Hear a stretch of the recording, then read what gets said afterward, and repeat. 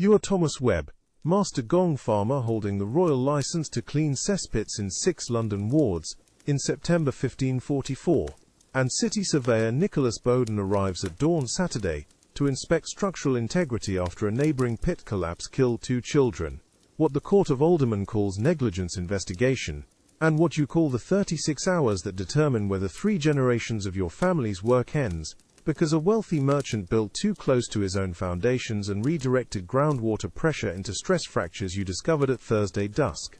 Not because the cesspit is dangerously full. Because the north wall shows fractures that developed from construction your license never permitted you to prevent, and the inspection will judge your work by structural damage you cannot repair in the time remaining. Here's what 36 hours actually cost, when 42 cubic yards of human waste must be hauled from a compromised pit, while teaching a terrified apprentice not to panic in enclosed darkness, becomes the evidence that proves your 3-generation expertise matters more than a rival's accusations and a surveyor's instruments. If sleep stories built on impossible choices help you drift off, hit subscribe, and we'll keep building them. Edmund Chalice hands you the inspection notice at Thursday dusk, while standing 12 feet upwind of the courtyard grating. The cesspit smell rises in waves, ammonia sharp enough to make your eyes water even at surface level.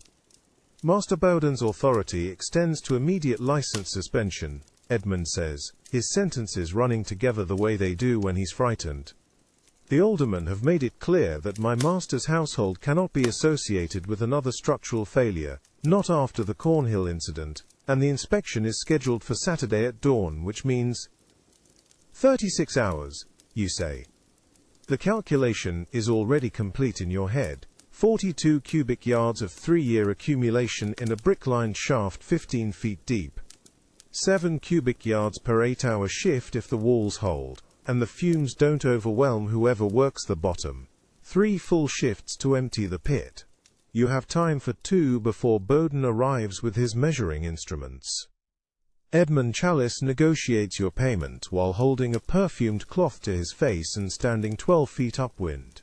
The cloth costs more than your weekly wage. He would rather burn money than smell the work his master's household produces. The usual rate, you say, plus hazard compensation for structural instability. My master has authorized, that is, the circumstances being what they are. Double rate. Or I leave now and you explain to Bowden why the pit's still full Saturday morning. Edmund's hand trembles slightly against the perfumed cloth. Agreed. Robin Pike stands near the cart, 15 years old and trying to look competent while staying as far from the grating as courtesy allows. Your apprentice. First solo job since Margaret Webby died 4 months ago from fever contracted through a cut exposed to waste. Robin knows the theory of cesspit work. The rope systems, the bucket rotation, the candle flame test for bad air. He has never worked below 12 feet. This pit goes to 15. You walk to the grating and kneel. The smell intensifies. Not just ammonia but the sweet rot of long accumulation. The particular stench of wealthy household waste mixed with kitchen refuse and chamber pot contents, aging in brick-lined darkness.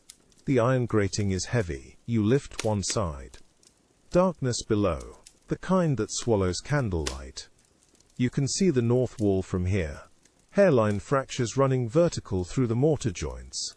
The brick is wet where groundwater weeps through stressed points. 3 years ago this pit was sound. Someone built too close to the foundation, probably the goldsmith shop that went up 2 streets over, and redirected water pressure against compromised structure. How bad is it? Robin asks. His voice is steady but he's breathing through his mouth. Bad enough that we're working tonight, instead of waiting for the usual hours. The statute requires gong farmers to work between 9 at night and 5 in the morning so citizens need not witness the process. You've held the royal license for 6 wards since your father died and left you his territory. 3 generations of your family have done this work.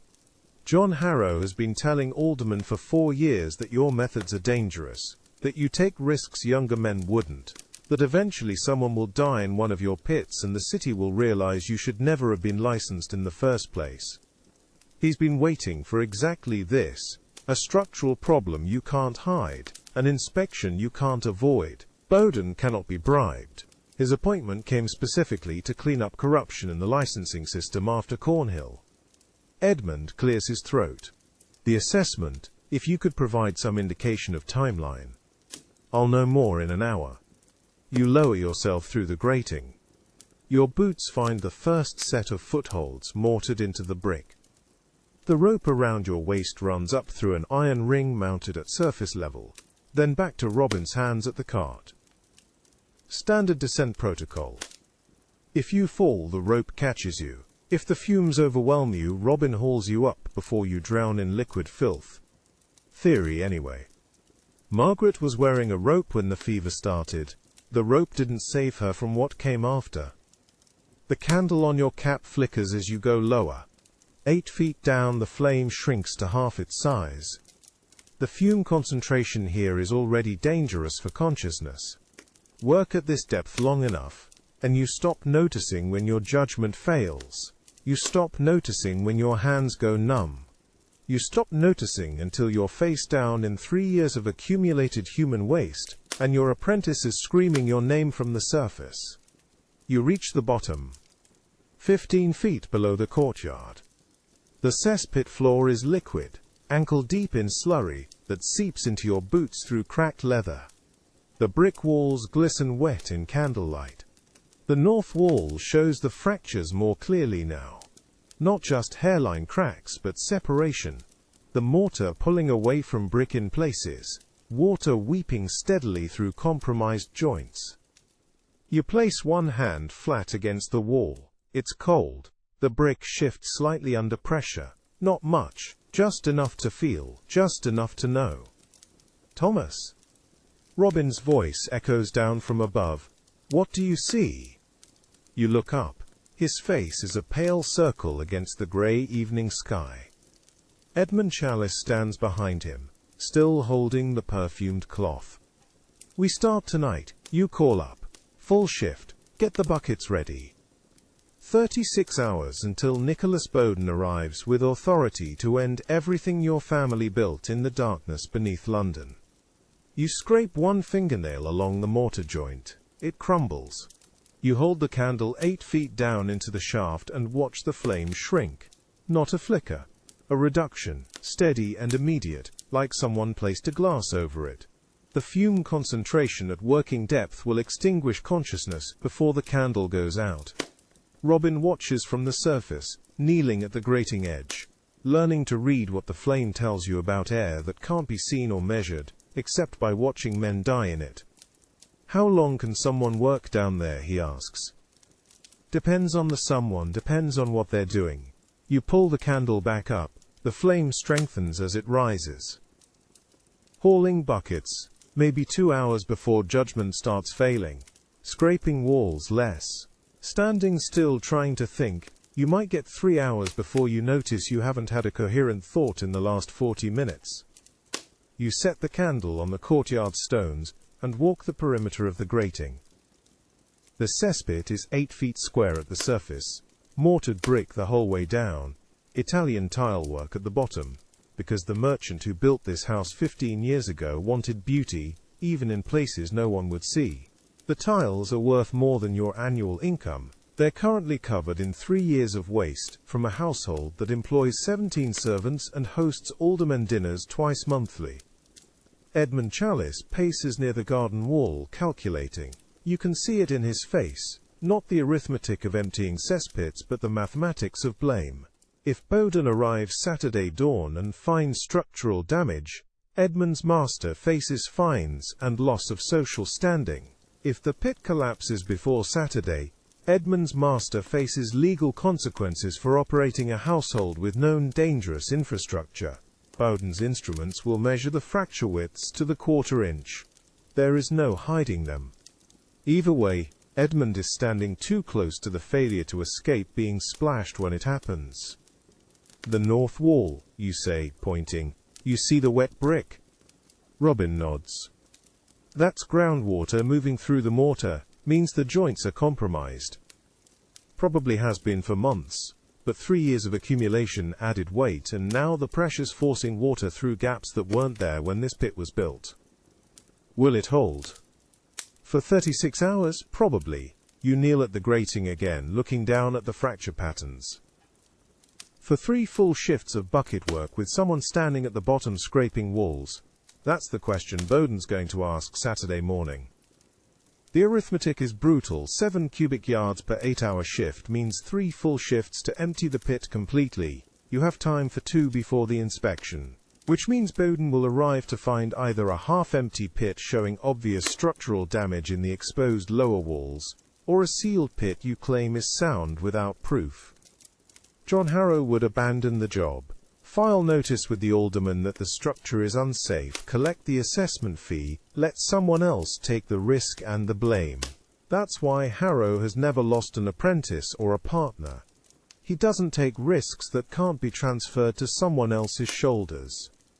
That's also why Harrow works alone and you hold the license for 6 wards. We're emptying it, you say. Edmund stops pacing. Master Bowden arrives Saturday dawn. That's 36 hours, I can count. You stand and walk to the cart. Robin has already loaded the buckets and rope in the order you'll need them. Good. He's frightened, but he's thinking. We work tonight, and tomorrow night. Full shifts, both nights. Saturday before dawn we seal the grating, and I meet Bowden at the door.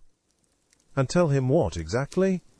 Edmund's voice climbs half an octave. That the pit is empty and structurally sound when he can see, when anyone can see. That the pit is empty, and I stake my license on the structural integrity. Which is true, or will be, if the walls hold for 2 more shifts. If they hold. Yes. Edmund presses the perfumed cloth against his face like it might filter the reality of this conversation. My master cannot be associated with another collapse. The aldermen have made that abundantly clear. If this pit fails, then Bowden revokes my license and Harrow takes my territory, and your master hires someone who has never worked a pit deeper than 12 feet. You meet Edmund's eyes over the cloth. Or we empty it now and pass inspection Saturday. Silence. Robin watches both of you, his hands gripping the rope coiled at his feet. The usual rate was agreed, Edmund says finally, plus hazard compensation. Double rate, already agreed. Yes, of course. Edmund lowers the cloth, his face is pale. When do you begin? Now. You light a second candle and mount it on your cap. The leather strap is worn smooth from 23 years of this work. Your father wore the same cap. The strap broke the night he died.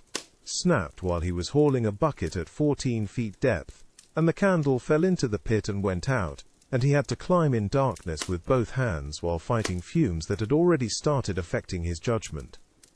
He made it to the surface, died 3 days later from fever. You check the strap now, it holds. Robin approaches with the rope. I tie off at the ring? Not yet.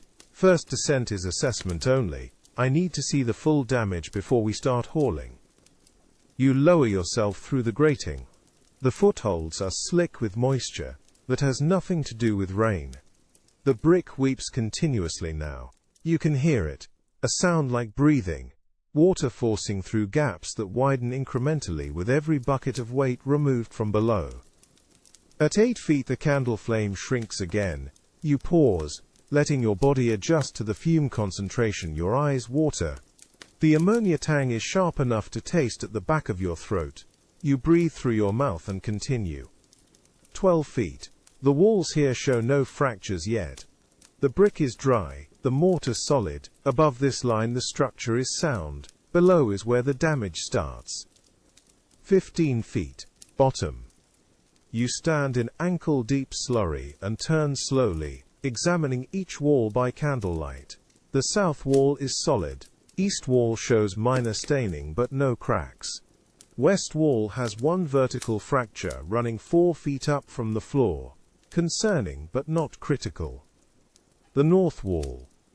You approach it carefully, testing each step before committing weight. The slurry is deeper here, mid-calf, accumulated against the wall where the floor slopes slightly. The fractures run floor to ceiling in a pattern that tells you exactly what happened.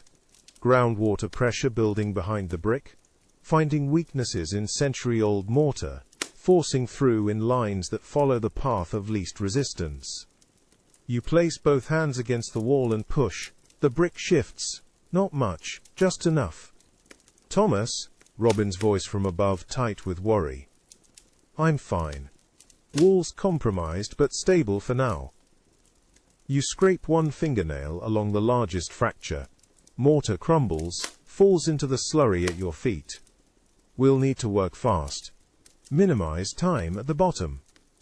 How fast?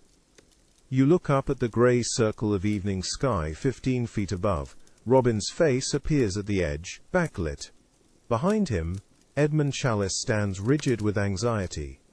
Beyond them both, the goldsmith's shop rises 2 streets over, its new foundation already settling into soil that used to drain properly before someone decided profit mattered more than groundwater flow. Fast enough that we're done before this wall decides it's tired of holding. You secure the rope around your waist and descend the first 8 feet with the candle already shrinking. Above, footsteps cross the floorboards. Heavy, multiple people moving in the merchant's private dining room. Thursday evening. The aldermen meet weekly to discuss city sanitation policy. The cesspit is built directly beneath the merchant's private dining room where aldermen discuss city sanitation policy. You can hear their footsteps above you. They have never considered the structural irony. The cesspit is built directly beneath the room where men in silk robes debate whether gong farmers should be required to carry additional licensing documentation and whether the hours of permitted work should be restricted further to protect citizens' sensibilities. You can hear their voices as muffled sound through the floorboards and 15 feet of air and brick, discussing the proper management of human waste while sitting above 3 years of their own accumulation. Robin feeds rope through his hands as you go lower. He's learning the rhythm of it, not too fast, not too slow, constant tension so he can feel if you slip or fall. Your father taught you the same way, his father taught him. 3 generations of knowledge about how not to die in enclosed spaces filled with poison air. How's the rope feel? You call up. Steady. You're at 12 feet?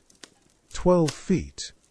You pause at the depth where the north wall damage begins. The brick here is wet enough that candlelight reflects off the surface in wavering patterns. Water weeps through the stressed joints in a steady drip that sounds like breathing.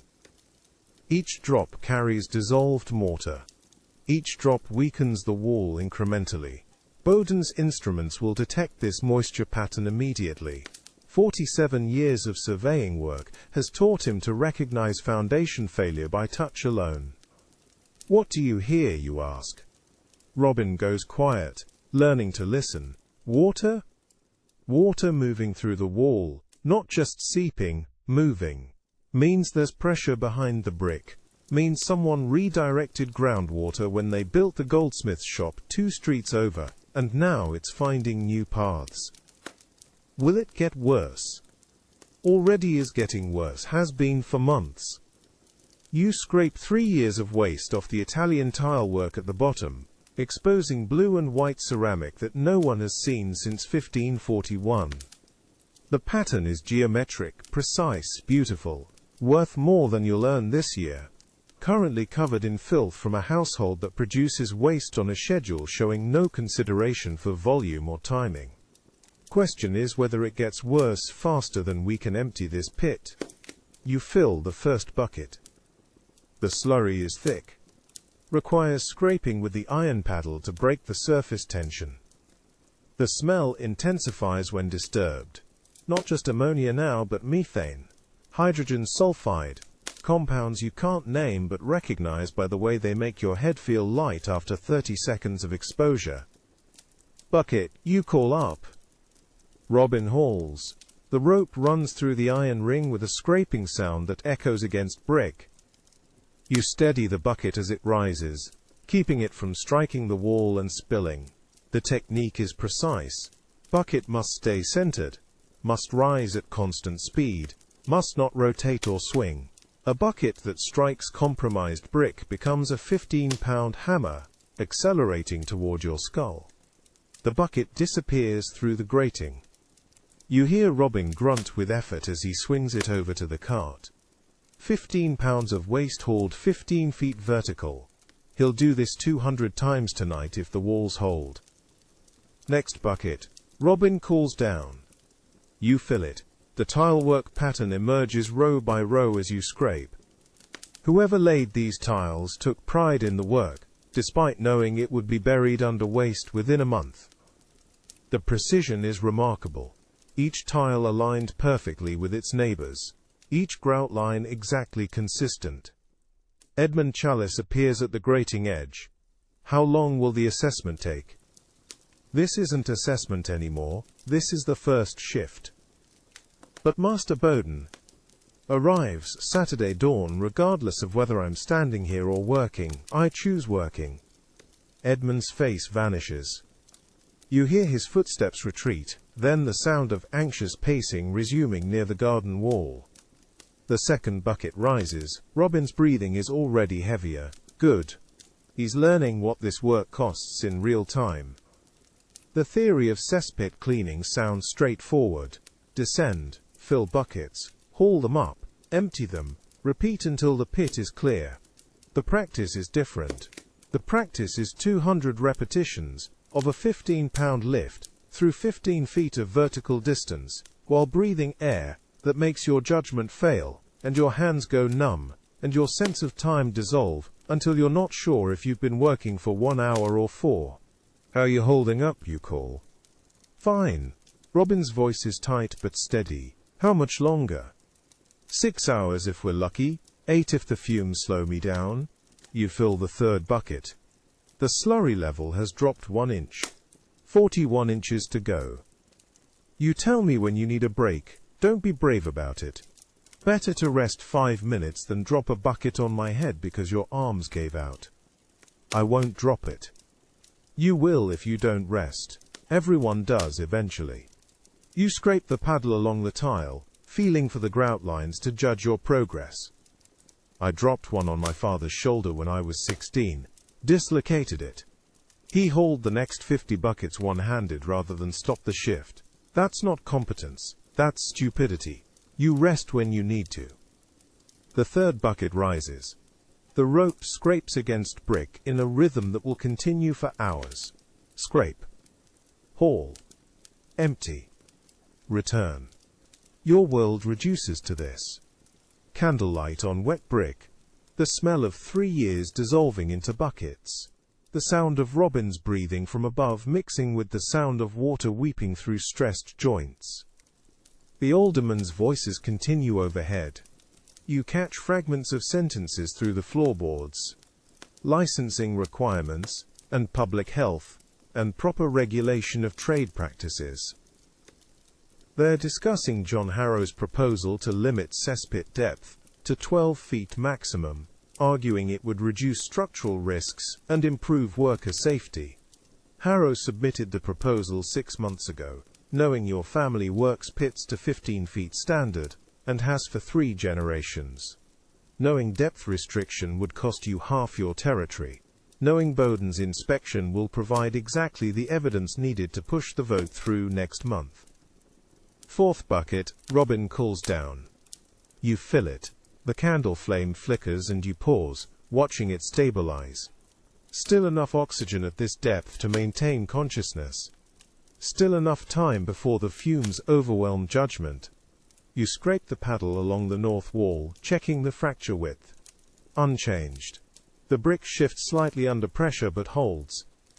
34 hours until Bowden arrives. 200 buckets to go. Every bucket you haul is a choice between speed and safety, between finishing before the inspection, and ensuring the walls don't collapse on you while you work. You fill the 5th bucket and tug the rope twice. Robin hauls. The scraping rhythm continues, steady and unrelenting, the only sound besides water weeping through brick and aldermen discussing sanitation policy in the room directly above the filth they produce. Robin's hands shake on the rope during his first descent, and you catch the tremor through the line tension before he's 3 feet down. The hemp runs through your palms with the irregular rhythm of someone fighting their own grip, and you steady the line without comment, because pointing out fear makes it worse.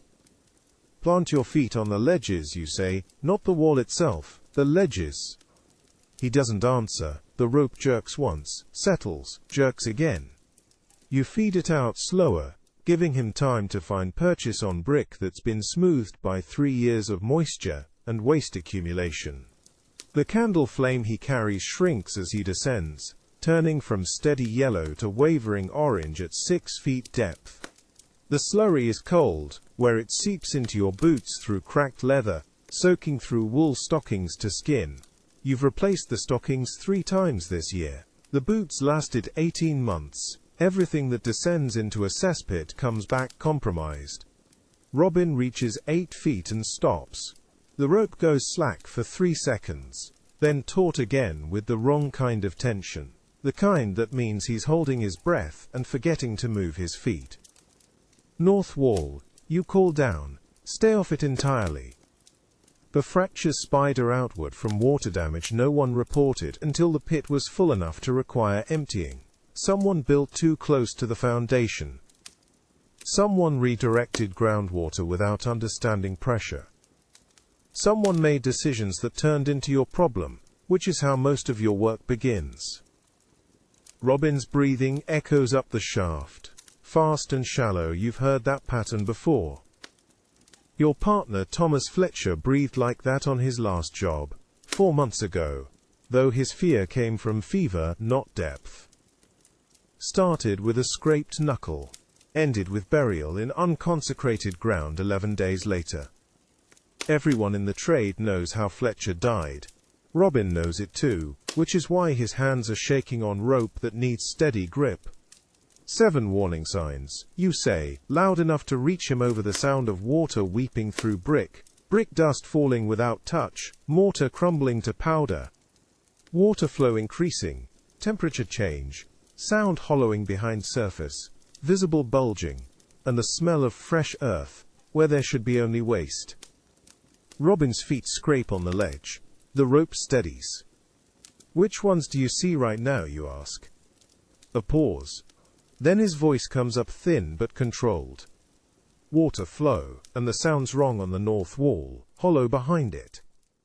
Good. Now scrape the first bucket load. Stay on the east side where the brick is solid. The scraping begins. Metal on stone, thick and steady. Robin's found the rhythm that means he stopped thinking about where he is, and started thinking about what he's doing. That's the difference between fear that breaks into panic and fear that compresses into focus. You have 34 hours left to teach him which response keeps him alive. The first bucket comes up filled with slurry that weighs 7 pounds and smells like 3 years of accumulated human waste, mixed with lime and rainwater seepage. You empty it into the cart, check the rope for wear and lower the bucket again. 42 cubic yards total. 7 cubic yards per shift. 6 shifts if nothing goes wrong. Nothing has gone right so far. Robin's breathing has settled into the pattern of work. Inhale on the scrape, exhale on the load, hold during the lift. You count 12 bucket loads before he speaks again. How deep did Fletcher go, he asks, on his last job? 14 feet. And the cut that killed him, where'd he get it? Knuckle. Scraped it on brick while hauling. Wrapped it with dirty cloth because he didn't want to stop working. The scraping continues below. Robin doesn't ask the next question, but you hear it in the silence between strokes. How long before a cut turns into fever? How long before fever turns into burial? 11 days, you say, but he ignored every warning sign for 9 of them. The rope jerks once. Robin's acknowledgement without words. You wrap your palms with clean cloth, where the hemp has already started to burn through wet leather gloves. Any cut exposed to this work can turn into the fever that ends with unconsecrated ground. Fletcher proved that. The cloth won't prevent the friction, but it might prevent the break. 34 hours. 7 warning signs. One frightened boy who's learning that fear is just another tool if you know how to use it. The candle flame flickers at 8 feet depth, fighting for oxygen in air thick with ammonia and methane. Robin keeps scraping. 17 bucket loads, and Robin surfaces for the first rest interval, pulling himself up hand over hand with the careful slowness of someone who's just learned what 8 feet of depth does to the legs. He sits on the cart edge, not speaking, breathing through his mouth because his nose has given up trying to filter what it's taking in. You hand him the water skin.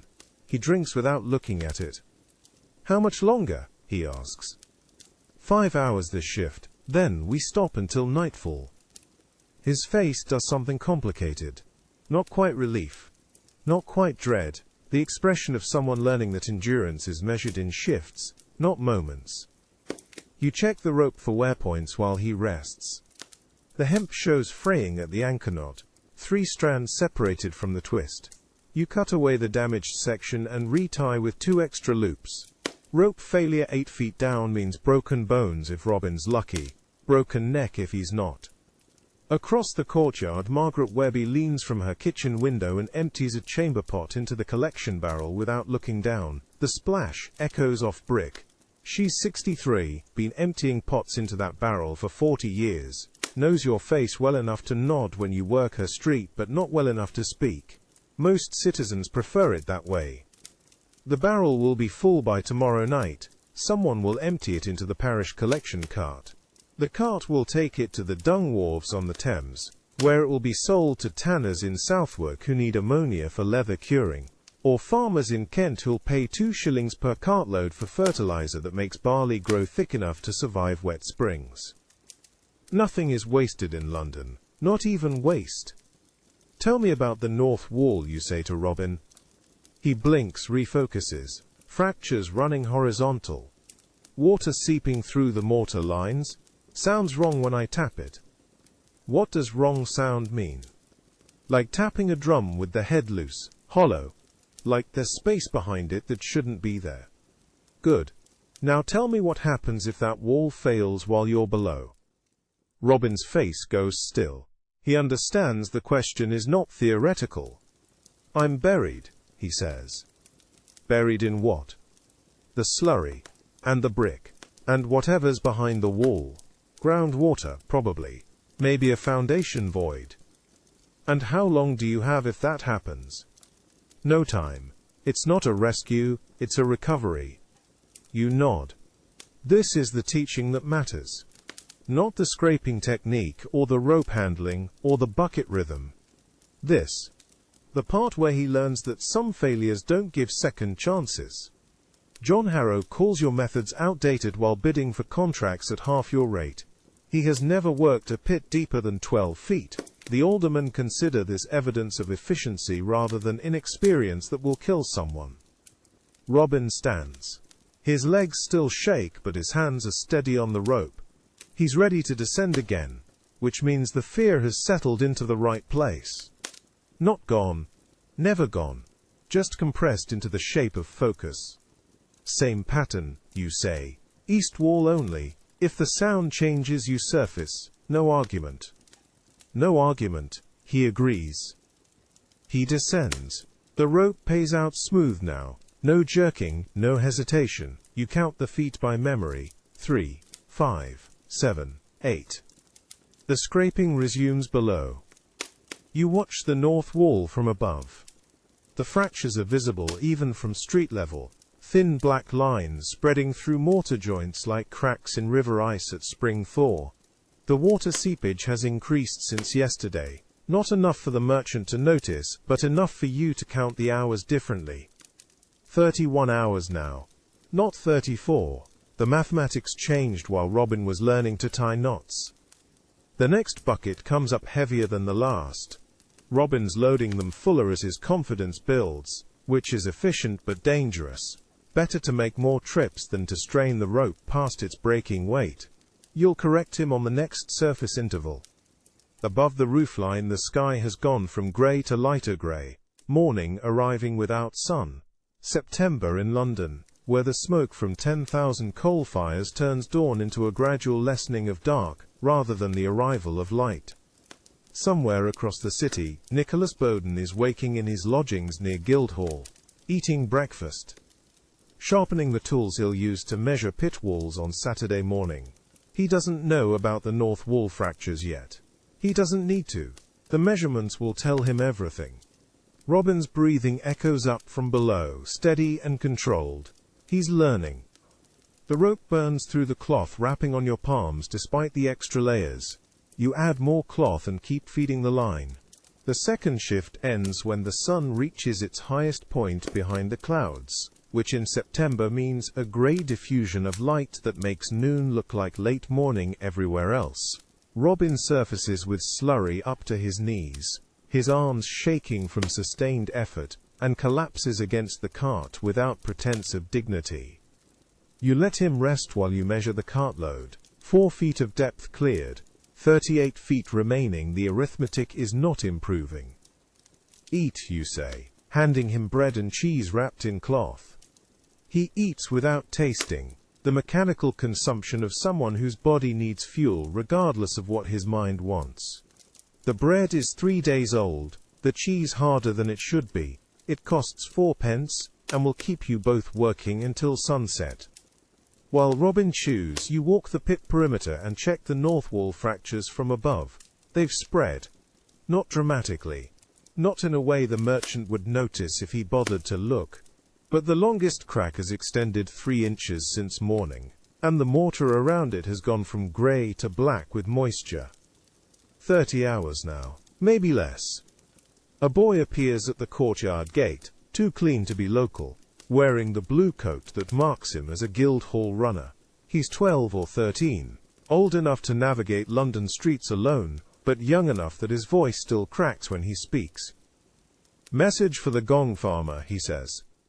You cross the courtyard. He hands you a folded paper sealed with red wax, stamped with the mark of the Court of Aldermen.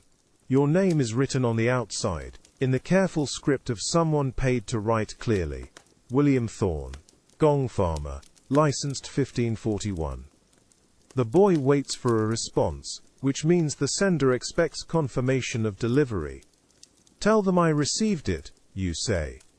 He nods and leaves, his shoes too fine for the muck that's everywhere in London streets, his gait the quick weaving pattern of someone who's learned to dodge carts and horses without looking. You break the seal. The letter is short. Official correspondence always is. Greater than Master Thorne. Greater than Prestaham Japti seal. Advised that City Surveyor Nicholas Bowden will conduct inspection of cesspit construction and maintenance practices at the merchant residence on Cheapside Street on Saturday the 14th of September 1544, commencing at first light. Your presence and cooperation are required by order of the Court of Aldermen. Nutstruction lurching temduction lurchen failure to attend or obstruction of inspection will result in immediate license suspension pending Alderman review. Greater than Nuctiantades declared dam by authority of the Court of Aldermen, City of London. You read it twice. The words don't change. Saturday at first light. 30 hours from now. The inspection you knew was coming has become the inspection with a time and date, which transforms possibility into certainty. Behind you, Robin has finished eating and is watching the pit entrance with the expression of someone considering a return to depth. "News?" he asks. "Inspection scheduled. Saturday dawn." His face confirms he understands what that means. The pit must be emptied and stable before Bowden arrives with his measuring tools and his authority to revoke licenses. No extensions, no appeals. "Can we finish?" Robin asks. "If the wall holds." "And if it doesn't?" You fold the letter and put it in your pocket. The answer is already written in the spreading cracks, and the black mortar, and the water that's seeping faster each hour. But admitting structural failure before the failure occurs solves nothing. Then we work until it fails, or we finish, you say. Those are the options. Robin nods. He's learning that most decisions in this trade are not between good and bad, but between bad and worse. You check the rope anchor points and the bucket for damage. Everything still holds, which is the most you can ask. Across the courtyard, voices drift from the merchants' upper windows. Laughter. The sound of people whose largest concern is whether dinner will be delayed. The pit waits, dark and patient. One more shift before night work, you say, 4 hours. Then we rest until the street's empty. Robin stands. His legs don't shake this time. Fear has compressed into something denser. Not courage. Just the understanding that the work doesn't stop for inspection letters or fracturing walls, or 30-hour deadlines. He ties the rope around his waist with the knot you taught him, checks it twice, and approaches the edge. Same rules, you say, east wall only. Surface if anything changes. East wall only, he repeats. He descends. The rope pays out smooth, the rhythm steady. You count the depth by feel. 3 feet. 6 feet. 8 feet. The scraping begins again. Metal on stone, the sound of someone who stopped thinking about fear and started thinking about buckets. The letter weighs nothing in your pocket. The knowledge it contains weighs considerably more. Bowden arrives in 30 hours. The wall will fail before then, or it won't. The pit will be empty, or it won't. All you can do is keep feeding rope and hauling buckets, until one of those outcomes becomes fixed. The first bucket of the afternoon shift comes up heavy. Robin's found his rhythm. That will have to be enough. Edmund Chalice comes down the stone stairs into the courtyard at midday, with the careful steps of someone who has never worked below ground, and asks if there's any way to move faster while maintaining structural integrity. You pause with the bucket half filled. Your hands are wrapped in the clean cloth from this morning. The rope burns underneath have started to weep. How much faster? The master returns Monday evening. If the surveyor arrives Saturday dawn and finds the work incomplete, the work will be complete. Edmund shifts his weight. The expensive leather of his boots makes no sound on the flagstones. Perhaps additional workers, to share the load. You set the bucket down. Robin surfaces from the shaft, pulling himself up hand over hand with better technique than yesterday. The boy's learning. More men means more weight on compromised ground, you say. And more chances for someone to make a fatal mistake in a space where 2 people can barely pass each other. I'm not suggesting we compromise safety. You're suggesting we add bodies to an unstable pit. You keep your voice level. The statement requires no emphasis. Each additional worker means additional weight on brick that's already weeping. It means more candles consuming air. It means coordinating movements in darkness, where a misstep puts someone face down in liquid filth, with no room to turn around. Edmund Chalice asks if you can work faster while maintaining quality. You have been doing this for 23 years. He has been managing this household for 7 months. You do not explain the contradiction. Robin drinks from the water bucket in silence. The boy heard everything. Good. The north wall is weeping more water than 3 hours ago. You tell Edmund, not a warning, a fact. Each drop carries dissolved mortar. We're already working as fast as the structure allows.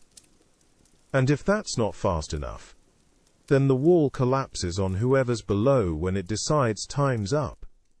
Edmund goes back inside. You hear his footsteps on the stone stairs, quick and tight. Robin wipes his mouth. Should I? Yes. The boy secures the rope and descends. You watch his movements. He's adjusting his position to avoid the weakening section on the north side without being told. Reading the wall through the leather of his gloves. through the way the brick feels different, where water runs cold, and mortality waits patient. You light the spare candle and lower it on its cord. The flame dims at 6 feet, brightens at 7, dims again at 8. The air quality shifts with the depth. Robin watches it too now. You taught him yesterday. Consciousness fails before you notice the symptoms. The work continues. Scrape and haul, scrape and haul. Each bucket removes roughly 1 cubic foot of material. 35 cubic yards remain. That's 945 cubic feet. 945 trips up and down the shaft in 30 hours, assuming the walls hold, and the air stays breathable, and nobody makes a mistake that ends with drowning in darkness. Edmund wants speed. What he fears is structural damage to his master's foundations. He doesn't understand that rushing is how walls collapse on workers who cannot escape fast enough. The arithmetic is clear. Pressure and time and the moment when brick stops holding. They care about pressure and time and the moment when brick stops holding. Robin surfaces with another bucket. The slurry splashes against the courtyard stones. You empty it into the cart. The wood groans. "How much left?" the boy asks. "Enough that we keep working." He nods and goes back down. 24 hours remain until Bowden's inspection. The candle flame flickers in the shaft opening. Steady, then less steady, then steady again. You wrap another layer of cloth around your palms and feed the rope through your hands, feeling for the rhythm that means Robin's found his footing at the bottom. The weight comes up smooth. Good technique. The boy's learning what keeps workers alive in this trade. The wooden bucket scrapes against brick. Steady. Repetitive. Scrape and fill. Haul and empty. Lower and repeat. The motion becomes automatic after the first hour. Your hands work while your mind monitors wall stress through sounds you've learned to read over 23 years of descent. Robin's rope technique improves through repetition. His hands no longer shake on the line. The tremor you felt yesterday through the tension has compressed into something harder. Focus, not fear. The moment it changed was visible. Third bucket of the afternoon shift, when his breathing steadied, and his movements became efficient instead of careful. The wet leather apron weighs against your chest and stomach, soaked through to skin now. Each bucket of slurry that splashes adds more weight. You could remove it. Should, probably. But waste that contacts clothing touches your daughter when you return home. The weight stays. You descend for the next load. 8 feet down. The candle flame shrinks to a point. The air here is thick with what cesspits produce when they ferment for 3 years without cleaning. Your lungs adapt. They have to. The brick is cold where you place your hand. North wall, lower section. Water runs in the gaps between stones. Not weeping anymore, flowing. The fracture pattern has progressed since morning. You trace it with both palms, feeling for vibration that would indicate imminent collapse. The wall holds. For now. Robin watches from above, his silhouette dark against the grey September sky, learning to read what your hands are reading. This is how the trade transfers. Through observation, through repetition, through the compression of fear, into competence. You fill the bucket. The scrape of wood on brick echoes in the shaft. Rhythm. It's everything in this work. Too fast and you miss the signs. Too slow and you run out of time. The Italian tiles emerge from the muck row by row. The merchant installed them at 6 shillings per tile. Decorative work in a cesspit chamber. The blue and white pattern shows through the brown coating when you scrape. Imported. Expensive. You're removing 3 years of human waste from tile work worth more than your annual income. Robin hauls. The rope moves through your hands with the friction that left burns this morning. The cloth wrapping helps. Not enough, but enough to continue.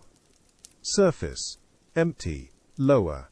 Descend. Fill. The rhythm continues. The second candle dims at the halfway point of the afternoon shift. You replace it with the third. The flame stabilizes. Robin has stopped asking how much remains. The question doesn't matter. What remains is what gets hauled. Your back has started the deep ache that comes from repetitive bending in confined space, the kind that doesn't stop when you straighten. It'll be there tomorrow, and the day after, and the day after that, assuming the walls hold and the inspection passes, and the license stays with your family, instead of John Harrow's empty promises. The cart groans outside, under its current load. Margaret Webb's voice carries from the kitchen window, something about the evening meal, the tone tight with questions she won't ask while Edmund Chalice is within earshot. You'll need to empty the cart before dark. That means stopping the pit work, hitching the mule, driving to the riverside dump, returning. 2 hours minimum. 2 hours not working below while the clock continues its countdown to Saturday dawn. Robin surfaces again. The bucket is full. Good weight distribution. He's learned not to overfill, which leads to spills, which leads to wasted motion. We stop at sunset, you tell him. Empty the cart, return, eat, then night shift until midnight. The boy nods. His face is streaked with filth. So is yours. The smell has stopped registering. That happened sometime during the first shift yesterday. The work continues. Scrape and haul. The rhythm established. The wall holds. The candle burns. 20 hours remain. The water flow through the north wall fractures doubles between one bucket fill and the next. You stop work immediately. Set the bucket down. Place both hands flat against the brick where cold water runs. The fracture pattern has spread. What was 3 separate cracks at dawn has merged into a continuous seam, running from the waterline to 2 feet below. You trace it in the candlelight. The mortar between stones is soft now, dissolved. Your finger pushes into gaps that weren't there this morning. Robin. The boy's head appears at the shaft opening above. Hold position. You press your palms against the wall, feeling for vibration. For the micro movements that indicate imminent collapse.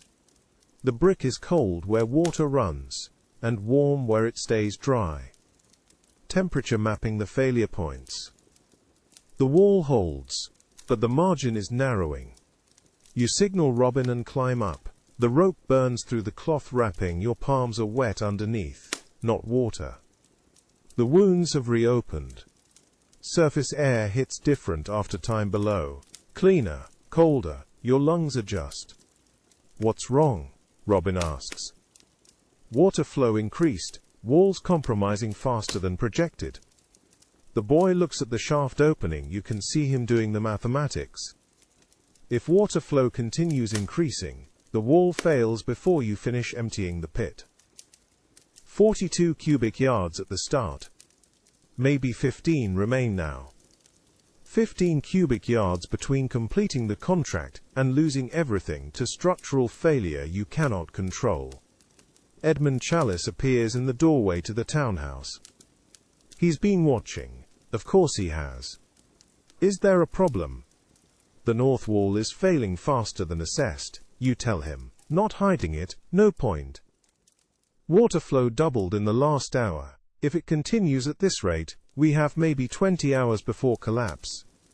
20 hours until the surveyor arrives. Yes. Edmund crosses the courtyard. Expensive boots on flagstone. He looks down into the shaft like the darkness will explain something. Can you finish in time? If the wall holds. And if it doesn't, then anyone below when it goes, stays below permanently. The merchant installed imported Italian tilework in his cesspit chamber. 6 shillings per tile to beautify the room where his household shit. You scrape 3 years of waste off tiles worth more than your annual income. Edmund steps back from the shaft opening. His face has gone pale. I need to inform the master. The master needs to know his cesspit has structural problems that predate my license and my work. You keep your voice flat. property damage, foundation risk, merchant liability. That's what Bowden will document, not the quality of the cleaning.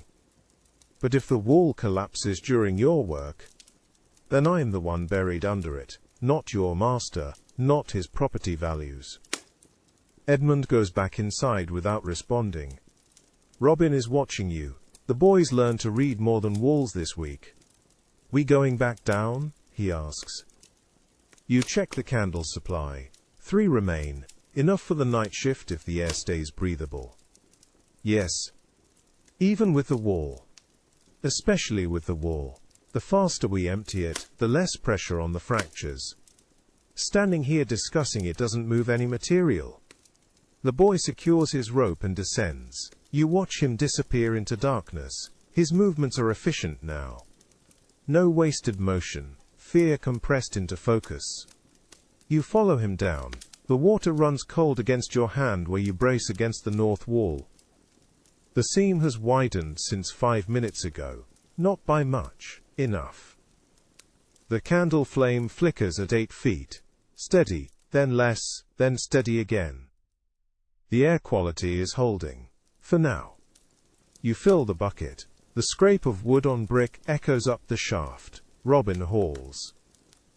Nicholas Bowden will measure these walls with instruments that reveal what hands cannot hide. Robin Pike hauls because the alternative is explaining to his mother why he walked away from paid work. You haul because 3 generations of license depend on what this pit looks like at dawn Saturday. 19 hours remain. 15 cubic yards remain. The wall holds. You keep working. You bring Robin to the north wall at the 14-foot mark where the fractures run deepest. He carries the candle while you tap the brick with your knuckles, listening. The sound changes across 3 inches. Hollow where water moves behind the wall, dull where it moves through it. Hear that? He holds the flame closer. What am I listening for? The distance. Hollow means the water hasn't breached yet. You have time. Dull means it's already inside the mortar, eating the binding. That means minutes, not hours. You tap again. Let him listen. His breathing changes when he understands what the sound means. That the wall could collapse while he stands below it, working alone in the dark. How do you know which is which? 23 years of listening. Your grandfather taught me the same way. You put your hand against brick until you learn the difference between stable and failing. Robin's palm presses flat against the fracture line. The wall weeps around his fingers. It's wet. It's compromised. That's why we're hauling faster than the structure wants us to. The candle flame bends toward fresh air somewhere above. You watch his face in the light, 15 years old, trying to look certain while his hand shakes against failing brick. What if it goes while I'm down here? Then you're buried under 3 years of London's waste, and whatever's left of this wall. He pulls his hand back, wipes it on his leather apron. That's why you teach me to listen, so I know when to get out. No, I teach you to listen so you know when to work faster. Getting out means the job fails. Failure means we lose the contract. Losing the contract means your apprenticeship ends, and my daughter stays in this trade instead of getting out. The bucket scrapes above you. Edmund Chalice hauls the line without speaking. You count the rhythm. Steady now that he understands weight distribution matters more than speed. Somewhere above ground, Nicholas Bowden wakes in his rooms near Cornhill. You don't know this yet, but he's already gathering his instruments, the measuring chains, the plumb lines, the copper rods for testing mortar integrity. 30 hours separate this moment from his arrival. The north wall weeps faster. Robin asks why the wealthy build cesspits under their houses instead of outside. You explain property values. Social display. The demonstration of wealth through private sanitation rather than shared facilities. He asks why they don't just shit further from where they sleep. You have no answer that makes sense. The work resumes. Robin's rope handling shows new precision. He feeds the line with both hands now instead of one. Keeps tension constant, never lets the bucket swing. He moves like someone who understands that dropped weight doesn't just damage property. It kills the worker below who can't dodge in an 8-foot shaft. When did you learn this? The day my father's partner died because someone above him lost grip on a full bucket. 40 pounds of waste in freefall. Crushed his skull before he could move. Robin goes quiet. The candle flame holds steady between you. Was that your grandfather? No. My grandfather died of the fever, same kind that killed my partner in May. The work teaches you both ways, sudden and slow. You tap the wall again. The sound hasn't changed, hollow still. The water moves behind the brick but hasn't breached the inner binding yet. You have hours, not minutes. Long enough to finish this section if the pace holds. Above you, the grey light of pre-dawn begins to show at the pit opening. The darkness thins but doesn't break. You've been working 8 hours since midnight. The shift ends when Edmund Chalice calls down that 14 cubic yards are hauled and loaded. Is that enough? For tonight, we're still behind pace. Robin climbs first. You watch him ascend with the careful deliberation of someone who has learned that speed in darkness kills more workers than structural failure. His hands find each hold without rushing. His weight distributes across the rope rather than hanging dead on it. You follow when he reaches the top. Your legs shake on solid ground after 8 hours braced against wet brick. The sensation returns slowly. The feeling of standing on earth that doesn't shift or weep or threaten collapse. Robin sits in the courtyard breathing air that doesn't carry the weight of 3 years. Accumulation. His chest expands fully for the first time since midnight. Edmund Chalice stands near the cart, checking the load distribution. He doesn't ask about the wall, doesn't ask about the pace. He's learned that questions only confirm what he already fears. That the work is dangerous and behind schedule, and that Nicholas Bowden arrives in 28 hours regardless. The rope burns reopen across your palms with the first haul after the 4-hour rest. Blood mixes with waste and sweat inside your gloves. The leather grows slick, but you can't stop to re-wrap without losing time you don't have. Robin works below. His breathing comes faster now. The sound of someone learning that 8 feet of depth presses differently when you've already worked one shift. The air thickens faster. The candle needs replacement sooner. The darkness feels heavier because your body knows what it costs. You haul. He fills. The rhythm establishes again, but slower now, weighted by exhaustion that 4 hours rest didn't fully erase. Does it get easier? His voice rises thin from the shaft. You hold the rope steady and answer honestly. Your body adapts. Smell stops registering after the first hour. Weight becomes familiar. Darkness turns into working space instead of threat. The bucket comes up, you empty it, lower the line. But the knowledge doesn't adapt. You never stop knowing what you're doing and why it must be done in secret, while those who produce it pretend it doesn't exist. Robin doesn't respond. The scraping resumes below. You feel the rhythm through the rope. Steady, mechanical. The movement of someone who has learned that thinking about the work makes it harder than simply doing it. The pre-dawn grey strengthens overhead. The city wakes around you in layers. Merchants opening shops along Cheapside. Housemaids drawing water from the public fountain. Carters loading goods for morning delivery. The ordinary sounds of people who will never consider where their waste goes or who removes it. Your gloves stick to the rope now. The blood and waste create adhesion that helps grip but burns deeper with each haul. You've reopened the same wounds 3 times since Thursday dusk. They won't heal properly until the work ends. And the work doesn't end until Saturday dawn when Nicholas Bowden arrives with his instruments and his authority. 24 hours remain. Robin asks why the wealthy build cesspits under their houses instead of outside. You explain property values, social display. The demonstration of wealth through private sanitation rather than shared facilities. He asks why they don't just shit further from where they sleep. You have no answer that makes sense. Edmund Chalice appears at the pit edge when the grey light shows the courtyard clearly. He carries the calculation you asked for. Cubic yards hauled versus cubic yards remaining, measured against hours available before inspection.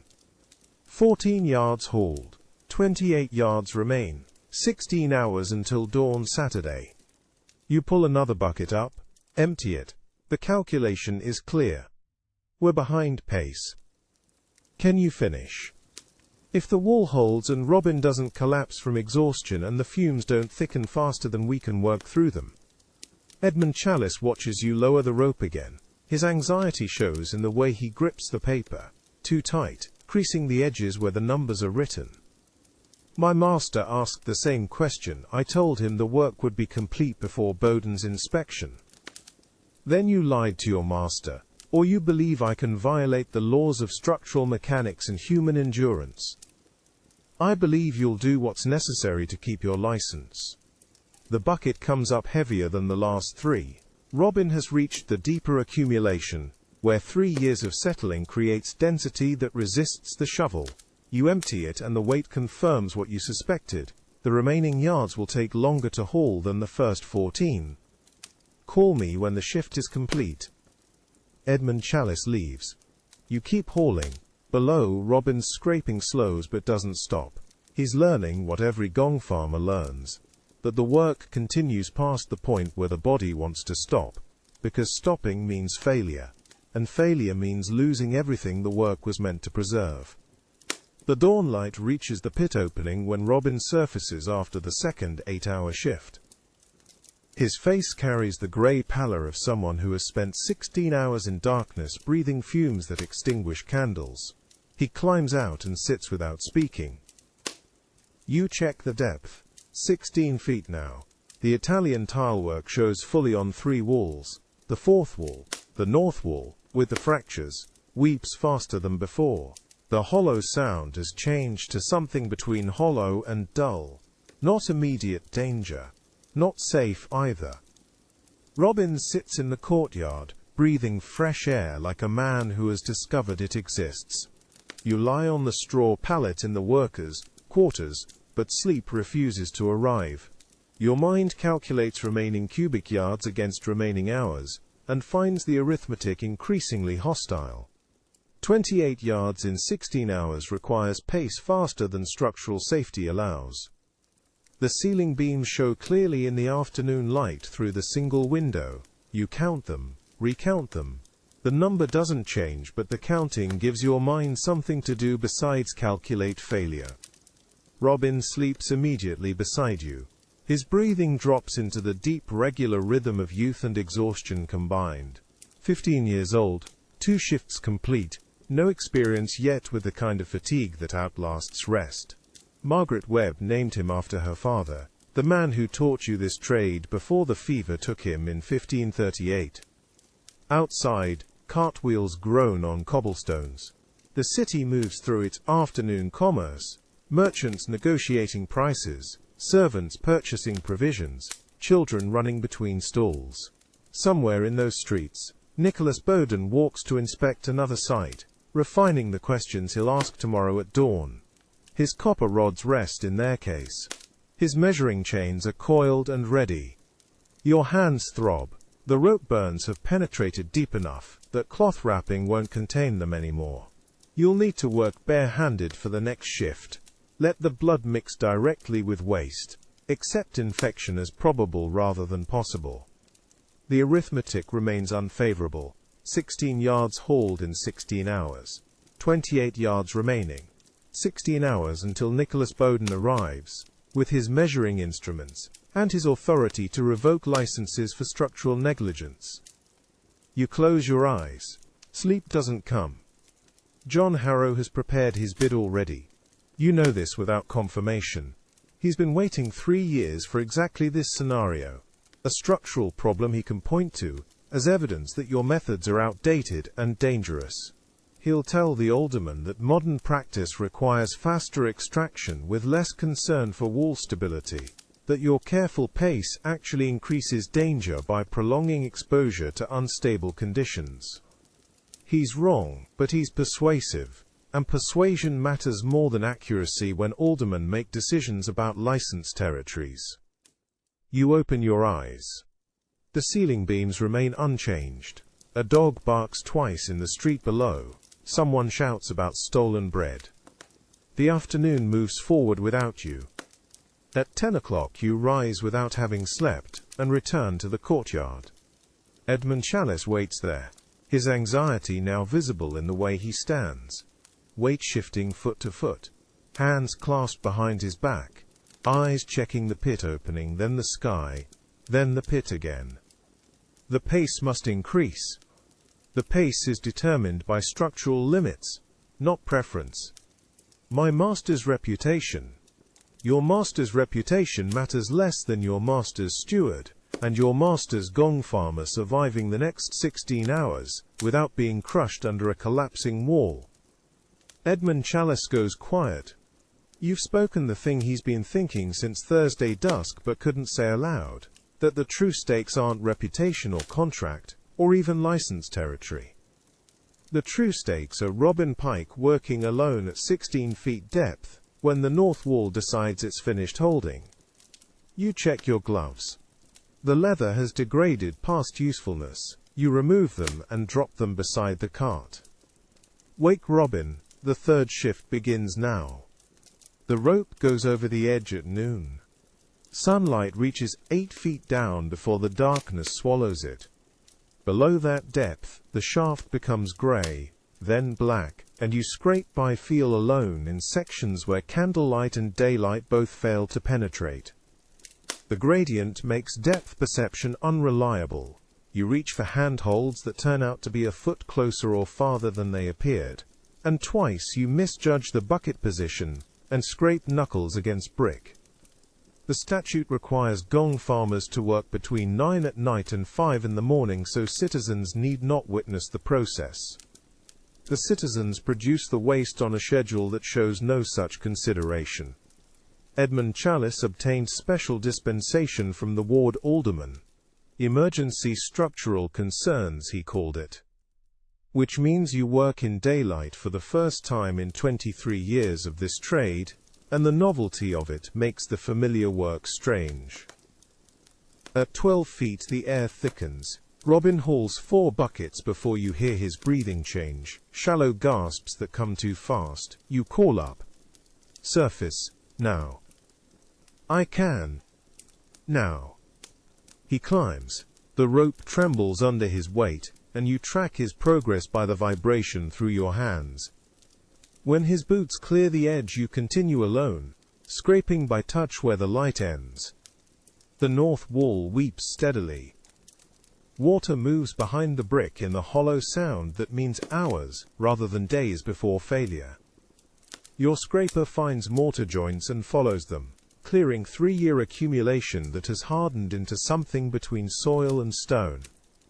Each bucket takes longer to fill as you reach deeper sections where the waste has compressed under its own weight. At 14 feet you pause. Listen. The water flow has increased. Not dramatically, but enough to notice. Not good. Robin's voice comes down the shaft. Master Webb? Still here. The wall. I know. You return to scraping. The rhythm steadies your breathing and keeps your mind focused on the work rather than the mathematics of structural failure and inspection timing. 18 cubic yards remain. 12 hours until Bowden's inspection. The numbers are impossible unless you work through the night without rest, which means accepting that exhaustion will make you slower and more likely to miss structural warning signs. The candle flame shrinks at 15 feet. You stop, wait for it to recover. It doesn't. You climb 3 feet and try again. The flame holds. Robin appears at the shaft opening, backlit by afternoon sun. Should I come down? Another hour of air first. I'm fine now. You're not. And I need someone conscious to pull me up if this goes wrong. He disappears. You descend again. At 16 feet, the sweet rot smell of 3-year accumulation becomes thick enough to taste. You breathe through clenched teeth while scraping, knowing the smell will stay in your nose and throat for days after the work is complete. The scraper finds Italian tiles, expensive work, geometric patterns that someone specified because a cesspit should be beautiful even 20 feet underground where no one sees it. The demonstration of wealth through private sanitation rather than shared facilities. You clear 6 more buckets. The rope burns across your palms reopen, and you feel blood mix with waste on the scraper handle.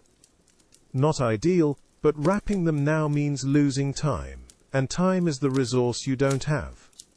Robin returns after an hour. His color has improved, and his breathing sounds normal. He takes the rope without comment, and begins hauling with the steady rhythm you taught him. Hand over hand, never jerking. Always keeping tension so the bucket doesn't swing and strike the walls. The afternoon light begins to fade. Gray becomes darker, gray becomes black, and you work by candlelight alone in the lower sections. Your hands know the work even when your eyes don't. Scraper angle, pressure, the feel of mortar giving way versus brick holding firm. At 18 feet you hear it. A crack, not loud, a sound like ice settling on a pond, barely audible over your own breathing. You freeze, press your palm against the north wall, feel the vibration of water moving behind brick, stronger now than an hour ago. Robin. Yes? How many buckets since I called last? 7. Make it 8, then pull me up. The 8th bucket scrapes half full. You haul yourself up hand over hand, moving faster than you should, but unable to stop the urgency that comes from hearing structural failure beginning 20 feet underground in a space barely wider than your shoulders. At the surface you sit in the courtyard breathing air that tastes clean after 3 hours of descent. The afternoon sun is warm on your shoulders. Edmund Chalice stands 10 feet away, watching with the expression of someone who wants to ask questions, but has learned not to interrupt rest intervals. Robin sits beside you. The wall? Holding. For how long? You don't answer.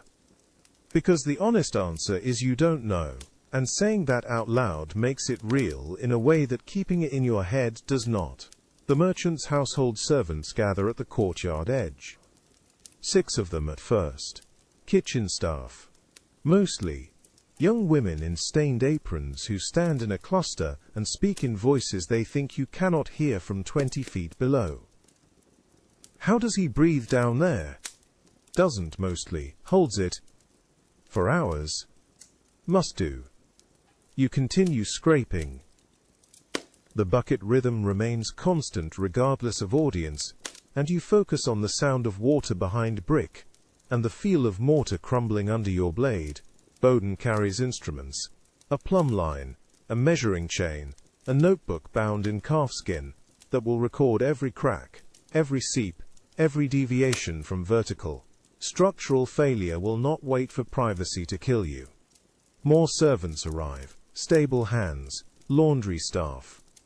They watch the way people watch a house fire, horrified but unable to look away. You become entertainment, a spectacle of degradation that confirms their social position above yours. Edmund Chalice attempts to disperse them. Back to your duties. All of you, now. They scatter, return in smaller groups 5 minutes later, standing farther back but still watching. Robin surfaces after hauling 12 buckets. His face is flushed and his breathing labored from the effort. They're staring. Let them. Doesn't it? No. He sits, drinks from the water bucket Edmund brought. I would hate it. You'd get used to it. Have you? You scrape dried waste from under your fingernails and don't answer. Because the honest answer is no, you haven't. And admitting that serves no purpose except to make the boy feel justified in his discomfort. At 19 feet, the north wall shows fresh cracks. 3 of them, branching from the original fractures like roots spreading through soil. Each crack reduces the wall's load-bearing capacity and brings collapse closer. You trace them with your fingers, feeling where mortar has separated from brick, and where water has begun seeping through gaps that were solid yesterday. 31 hours now. 31 hours until a man with a calfskin notebook stands at this edge and sees what you see. The calculation is clear. The wall will fail. The only question is whether it fails during the work or after Bowden's inspection, and that depends on factors you cannot control. Groundwater pressure, temperature changes, weight distribution in the sections you haven't yet emptied. Robin returns after an hour of rest. His determination is visible in the set of his jaw, and the speed at which he takes the rope. Pride keeps young workers going past the point where their bodies demand rest, and you recognize it because you had the same pride at 15, before you learned that pride gets you killed in enclosed spaces where fumes concentrate and walls decide to stop holding. Slower, you tell him. I'm fine. Slower anyway. He adjusts his pace. The buckets rise at the same steady rhythm you taught him, and you return to scraping sections where the accumulation has compressed into layers that require the blade's edge rather than its flat surface. The afternoon light fades to evening grey. The servants disperse for supper. Edmund Chalice brings bread and small beer, and sets them on the courtyard stones without comment, understanding that speaking during rest intervals interrupts the mental preparation required to descend again into darkness. You eat standing. Your hands shake slightly from 3 hours of scraping, and your shoulders ache from the confined posture required to work in a shaft barely wider than your torso. 13 cubic yards remain, 9 hours until Bowden's inspection.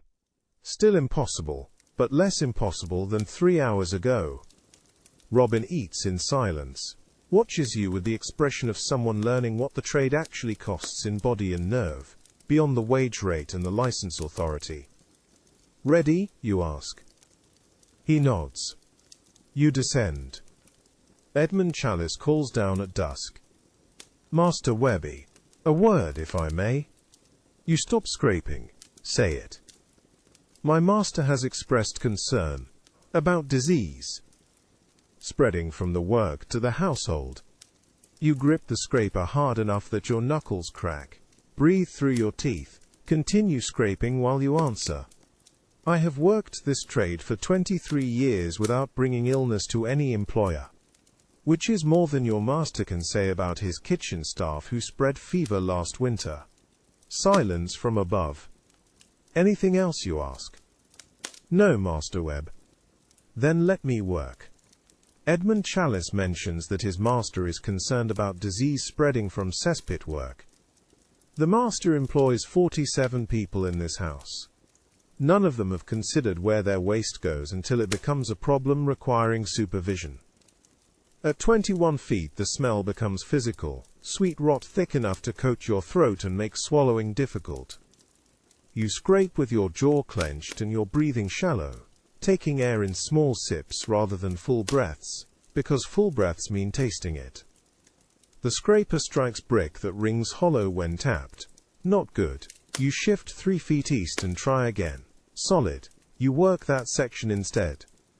The north wall holds. But the water flow increases, and you can see fresh cracks spreading from the original fractures like lightning branching across brick. Each crack is a countdown you cannot stop, only race against. Margaret would know how to shore this. She worked the Cornhill collapse site after the children drowned. Saw what failed brick looks like before it fails. You scrape faster because she's not here, and knowing what she'd know doesn't help. 18 cubic yards remain, 12 hours until Bowden's inspection. The man who replaced 3 gong farmers after the Cornhill deaths. The man whose appointment came specifically because the old inspectors accepted bribes. The arithmetic is clear unless you work through the night without rest. Which means accepting that exhaustion will make you slower and more likely to miss structural warning signs. Which means accepting infection as probable rather than possible, because the rope burns across your palms are open wounds now, and you're working barehanded in waste that carries every disease London produces. Robin hauls with a steady rhythm that means he's found the pace that can be sustained for hours. Good, you'll need hours from him before this is finished. At 22 feet your scraper strikes something solid. Not brick, not tile. You clear away waste and find wood. A support beam someone installed decades ago and then covered over when they deepened the pit. The beam shows rot along its lower edge where it's been submerged in liquid waste, but the core is still solid. You test its weight-bearing capacity. Press your full weight against it. It holds. Not helpful for the current problem, but good to know. Information stored for later, if later matters. The candle flame shrinks.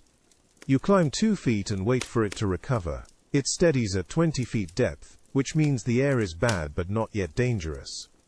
You can work another hour before pulling up for rest. You work another hour. The scraper finds a seam where Italian tile meets common brick. The line where the merchant's grandfather ran out of money or patience for expensive work. You follow the seam downward, clearing waste that's been compressed for years, and your shoulders burn from the angle required to work in a space barely wider than your body. At the surface, Robin sits with his head between his knees, breathing hard. How much left? 16 yards. Can we finish? If the wall holds. Will it? You look at the north wall of the pit, at the cracks visible even from surface level, at the water seeping through mortar joints in streams rather than drops. Ask me in 8 hours. The candle flame holds steady at 16 feet. You've been working for 11 hours without surface rest, and the body moves through scraping motions while the mind floats somewhere above the pit, watching itself work with the detached curiosity of someone who has stopped asking when this ends. 9 hours until dawn, 12 cubic yards remain. The arithmetic is simple, the execution is not. Your palms bleed through the cloth wrappings. Robin's hands are worse. Blistered raw from rope work, the skin peeled back in strips where the hemp has worn through protective layers that took months to build. He doesn't complain. Complaining serves no function when the alternative is losing the contract that pays for your daughter's apprenticeship to a milliner, the only escape route from this trade that 3 generations of your family have worked. You scrape. The bucket fills. Robin hauls. The rhythm continues because stopping means acknowledging exhaustion, and exhaustion acknowledged becomes an obstacle rather than a condition to work through. Edmund Chalice stopped asking about progress 2 hours ago. He stands at the courtyard edge with a lantern, watching. His anxiety is visible in the way he paces. 3 steps toward the kitchen door, 3 steps back, never moving far enough from the pit edge to lose sight of the work. You understand that his future depends on this inspection as much as yours does, though for different reasons. He needs the cesspit empty before his master returns. You need the license preserved before Nicholas Bowden arrives, with instruments that measure structural integrity, in ways that will reveal every stress fracture you cannot repair. The north wall sounds hollow when you tap it with the scraper handle. A hollow sound means voids behind the brick face, where water has dissolved mortar. You've adjusted working position to stay clear of the collapse zone, but at 16 feet depth, there is no safe position if the wall fails. The calculation is simple. A cubic yard of brick weighs approximately 3,000 pounds. The north wall section above you contains roughly 12 cubic yards. If it fails, 36,000 pounds of masonry will fall into a space 12 feet wide and 20 feet deep, and your body will be somewhere in that space with no time to react, and no direction to move that matters. You scrape faster. The candle flame shrinks. The air at 16 feet is thick enough that breathing requires conscious effort. You've spent 23 years learning to read danger in the flicker of candlelight, and this flame tells you that you have perhaps 30 minutes of work time remaining before the fumes force you to surface. 30 minutes. 2 buckets, perhaps 3 if you work without pause. Robin's silhouette appears at the pit opening. The rope descends. You secure the bucket and signal with 2 tugs. The rope goes taut. The bucket rises with the scraping sound of hemp against brick that you've heard 10,000 times, and will hear 10,000 more if the wall holds and the inspection passes and the license survives. The scraping continues. Your hands move. The waste comes away in layers. 3 years of accumulation compressed into geological strata that reveal the household's dietary habits and seasonal illnesses with the precision of a historical record no one once preserved. The Italian tile work emerges row by row, blue and white geometric patterns that someone installed with the expectation that no one would ever see them again. You see them. This is the work. The water flow increases. Not dramatically. Just enough that you notice the change. A sheet of moisture running down the north wall where 2 hours ago there was only seepage. You touch the brick face. Cold. Wet. The mortar between courses comes away under finger pressure where it should resist. The wall will fail. Not today, perhaps. Not during this shift. But within hours. Certainly within the time remaining, before Nicholas Bowden arrives with his measuring instruments and his authority to revoke licenses for structural negligence. The thought sits in your mind like a physical weight. You set it aside. Thinking about outcomes you cannot control serves no function when there is work that requires completion. You scrape, the bucket fills, you signal, Robin hauls. The rhythm continues, because stopping means losing everything you've built, and building took decades, while losing takes only the time required for a wall to fail and a surveyor to write his report. The candle flame gutters. You have perhaps 15 minutes remaining at this depth. You make them count. The rope fibers separate with a sound like tearing cloth. You feel the drop, 6 inches, perhaps 8, before the remaining strands catch and the bucket stops falling. Both of you freeze. Robin at the surface. You at 17 feet with your hand on a rope that just failed under load and might fail again with no warning. The moment extends. Time moves differently when you're calculating whether the thing keeping you alive will hold for one more pull or snap and drop you into 20 feet of liquid filth with a candle that will extinguish on impact and no way to climb out in darkness. You signal with 1 tug. Stop, do not pull. Robin's voice comes down the shaft. Tight, fast. What happened? Ropes separating. Lower a fresh line. How bad? Bad enough that we're not testing it further. The silhouette disappears. You hear footsteps, the sound of rope being gathered. The scrape of hemp against stone as he secures a new line. You wait. The candle flame shrinks. At 17 feet, the air is thick enough that each breath requires deliberate effort. And waiting means burning oxygen you'll need for the climb up. The fresh rope descends. You tie it off to the damaged section, working by feel, because looking up means losing your night vision to the lantern glow at the surface. Your hands know this knot. You've tied it 1,000 times. The motion is automatic. Loop, cross, pull tight, test the hold. The bucket drops. Your stomach drops with it, as the damaged rope releases completely. 6 inches. The knot catches. The bucket swings. Waste sloshes over the rim, and you feel the cold splash across your boots. You secure the bucket to the fresh rope. Signal twice. Robin hauls. The bucket rises. The rope holds. You exhale. The north wall chooses this moment to release a sheet of water that soaks you from chest to knees. Not a trickle, not seepage. A continuous flow, where dissolved mortar runs, and structural integrity fails 1 grain at a time. You touch the wall. The brick face is cold. Wet. You can feel vibration through the stone. The subtle tremor of weight shifting as support fails and load redistributes to weakened sections. The wall will fail within hours, regardless of whether you finish the work. This fact changes everything and nothing. You still have 12 cubic yards to remove. You still have 8 hours until Nicholas Bowden arrives. The work still requires completion. The only difference is that now you know with certainty that the wall's collapse is not a possibility you're trying to prevent, but an outcome you're trying to delay until the pit is empty enough that collapse doesn't matter. You scrape faster. The Italian tiles emerge in the candlelight. Blue and white patterns, geometric precision. Someone installed these with care. Someone paid money for beauty that would be buried under waste within months.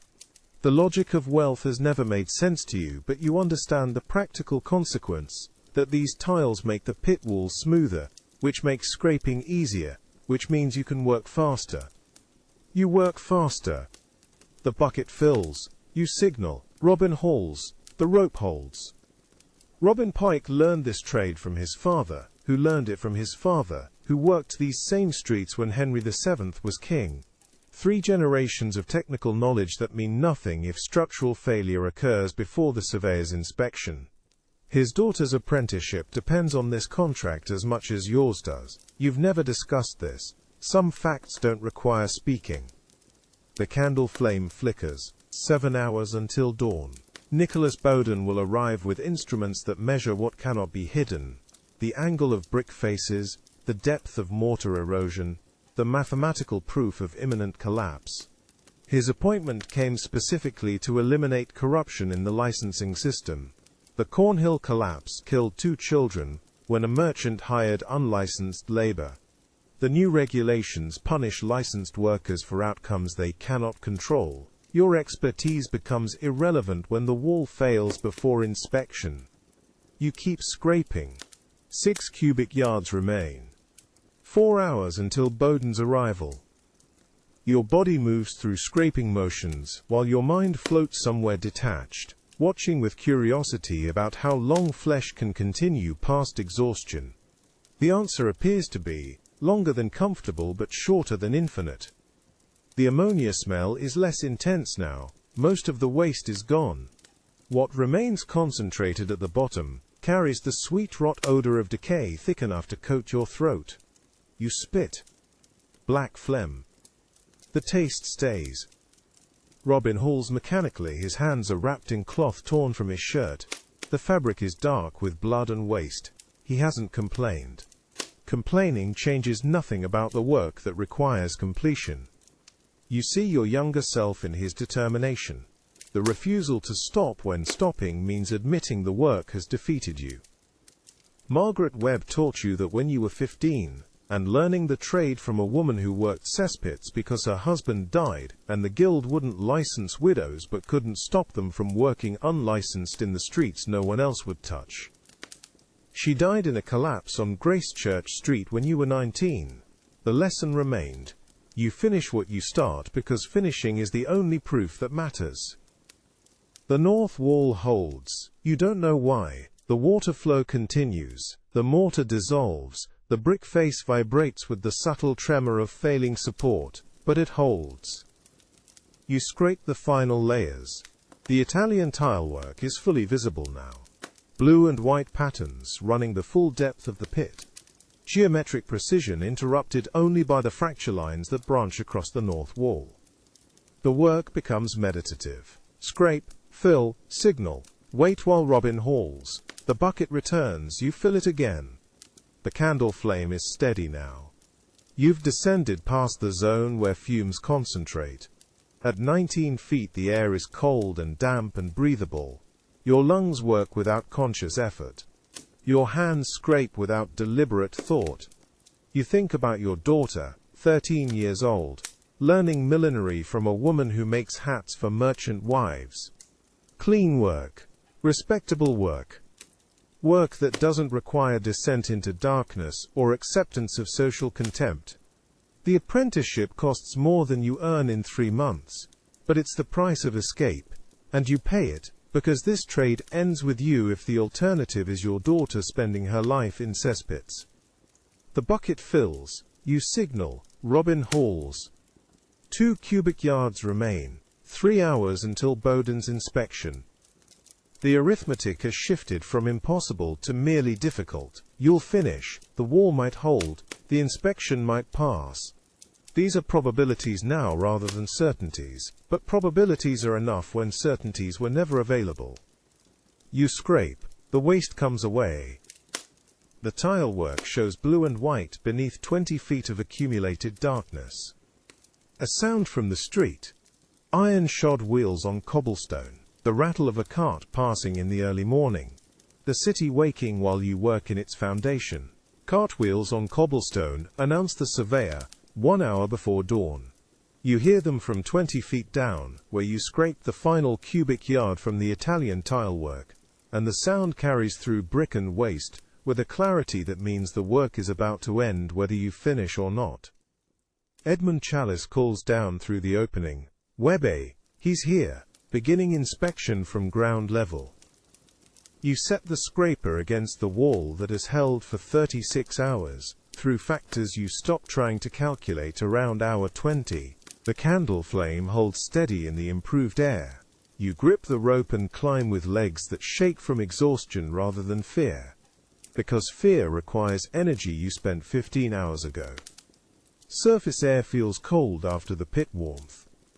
Nicholas Bowden stands beside his cart examining a leather case of instruments, while 2 assistants unload measuring rods and a wooden frame that looks designed for recording wall angles. He's shorter than you expected, grey beard trimmed to professional length, hands that have never held a scraper. He steps back when you reach ground level. The smell precedes you by 3 feet, and follows by 5, and you understand that this is what 3 years of accumulated human waste does to clothing that cannot be cleaned, only burned when the job ends. Thomas Webbe, Master Gong farmer holding royal license for 6 wards. You speak the formal identification while covered in filth and bleeding from a dozen small cuts where brick edges found skin during the night work. Bowden nods without offering a hand. Nicholas Bowden, city surveyor appointed by the Court of Aldermen following the Cornhill collapse. I have authority, under the Sanitation Regulation of 1544, to inspect all cesspit work for structural integrity. He reads from a document. Concerns noted. North wall fractures observed by the merchant's steward. Timeline. Work commenced Thursday dusk. Inspection scheduled for dawn Saturday to verify completion and wall stability. You wait. Edmund Chalice waits beside the courtyard entrance. The dawn light begins its slow revelation of what candlelight mercifully obscured. Then John Harrow arrives with 2 aldermen as witnesses. His timing is too perfect to be coincidence. He must have been watching the merchant's townhouse or paid someone to send word when Bowden's cart appeared. He wears clean leather and carries himself with the confidence of someone who has never worked a pit deeper than 12 feet. Never read structural danger by candlelight flicker, never made the choice between speed and safety, when both feel like suicide. Master Bowden. Harrow performs a slight bow. John Harrow, licensed gong farmer. These gentlemen are Alderman Wickham and Alderman Frobisher, who requested I attend this inspection given concerns about Master Webb's methods. You understand immediately. He has been waiting for this moment. Every time you rejected his offer to partner on deep work. Every time his bids to the merchant guilds failed because your family's reputation held, despite his complaints. Every structural problem he has noted and reported. This is where all of that lands. This is where he claims your license territory by proving your work endangered the structure. Bowden looks between you and Harrow with the expression of someone who has walked into a guild dispute and wishes he hadn't. The inspection proceeds as scheduled. Master Webbe, the pit status. Empty to tile work. Final layer removed 1 hour ago. North wall fractures visible but stable. Water pressure managed throughout the work. Managed. Harrow lets the word hang. Interesting term for fractures that developed under your supervision. Fractures existed before I descended. Neighboring construction redirected groundwater 3 months ago. The merchant can verify timeline. Edmund Chalice steps forward. His voice carries the nervous energy of someone who has rehearsed this moment. The fractures were noted in my records before Master Webby began work. I can provide documentation. The neighboring property built a drainage channel in June that altered water flow toward our foundation. Bowden writes in his ledger, "The scratch of quill on paper sounds loud in the courtyard dawn. You watch the north wall from above. The fractures are visible now in growing light, deeper than you thought, wider than candlelight revealed. The water flow has dissolved more mortar than you estimated. Working by touch and flame, finishing 1 hour later, would have meant collapse and death. The wall holds not through divine intervention, but through 3 generations of reading structural stress, in conditions that would hospitalize the surveyor standing above you with his measuring instruments. Your grandfather taught your father the signs. Your father taught you. The knowledge has no formal name. It exists in the space between what can be measured and what can be survived." Bowden gestures toward the pit opening. "I will need to descend for direct examination." John Harrow smiles. You hand Bowden your candle and step back to let him begin what you have been doing for 23 years. He descends 8 feet with careful movements. You watch from above, knowing that 1 more hour of water pressure would have brought collapse. Knowing that the wall speaks in a language he can measure but you can read. Knowing that expertise must prove itself to authority that has never performed the work. The candle flame flickers as he reaches the depth where air quality changes. He does not notice. You do. Bowden climbs back after 12 minutes below. His breath comes short. The assistants help him onto solid ground, and he waves away their concern with a hand that trembles slightly. He has measured 8 feet of a 20-foot pit, and discovered what you learned at 14 working alongside your father. Depth is not distance, and air that seems breathable at the surface becomes something else entirely when stone closes overhead. The lower sections. He pauses to steady his breathing. Master Webber, you will need to guide the measurements. You descend again into space you have just left.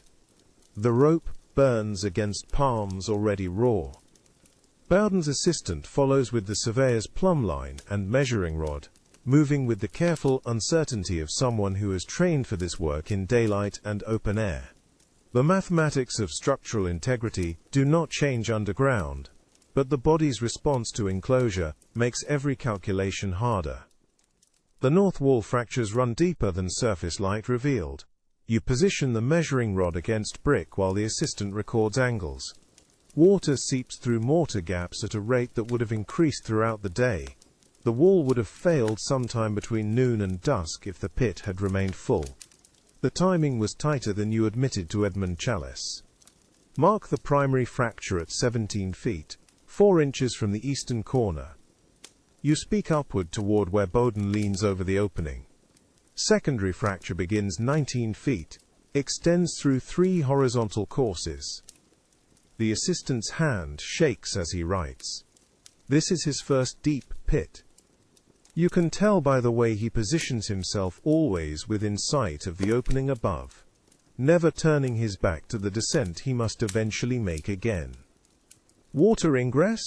Bowden's voice carries down with the careful tone of someone asking a question he already knows will have an unwelcome answer. Steady seepage through northern foundation. Rate increased during excavation as waste removal reduced counterpressure. Estimate 4 gallons per hour at current level.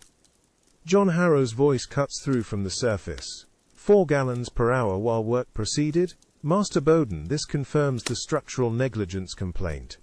Continuing work under active water ingress violates the safety protocols established after the Cornhill incident.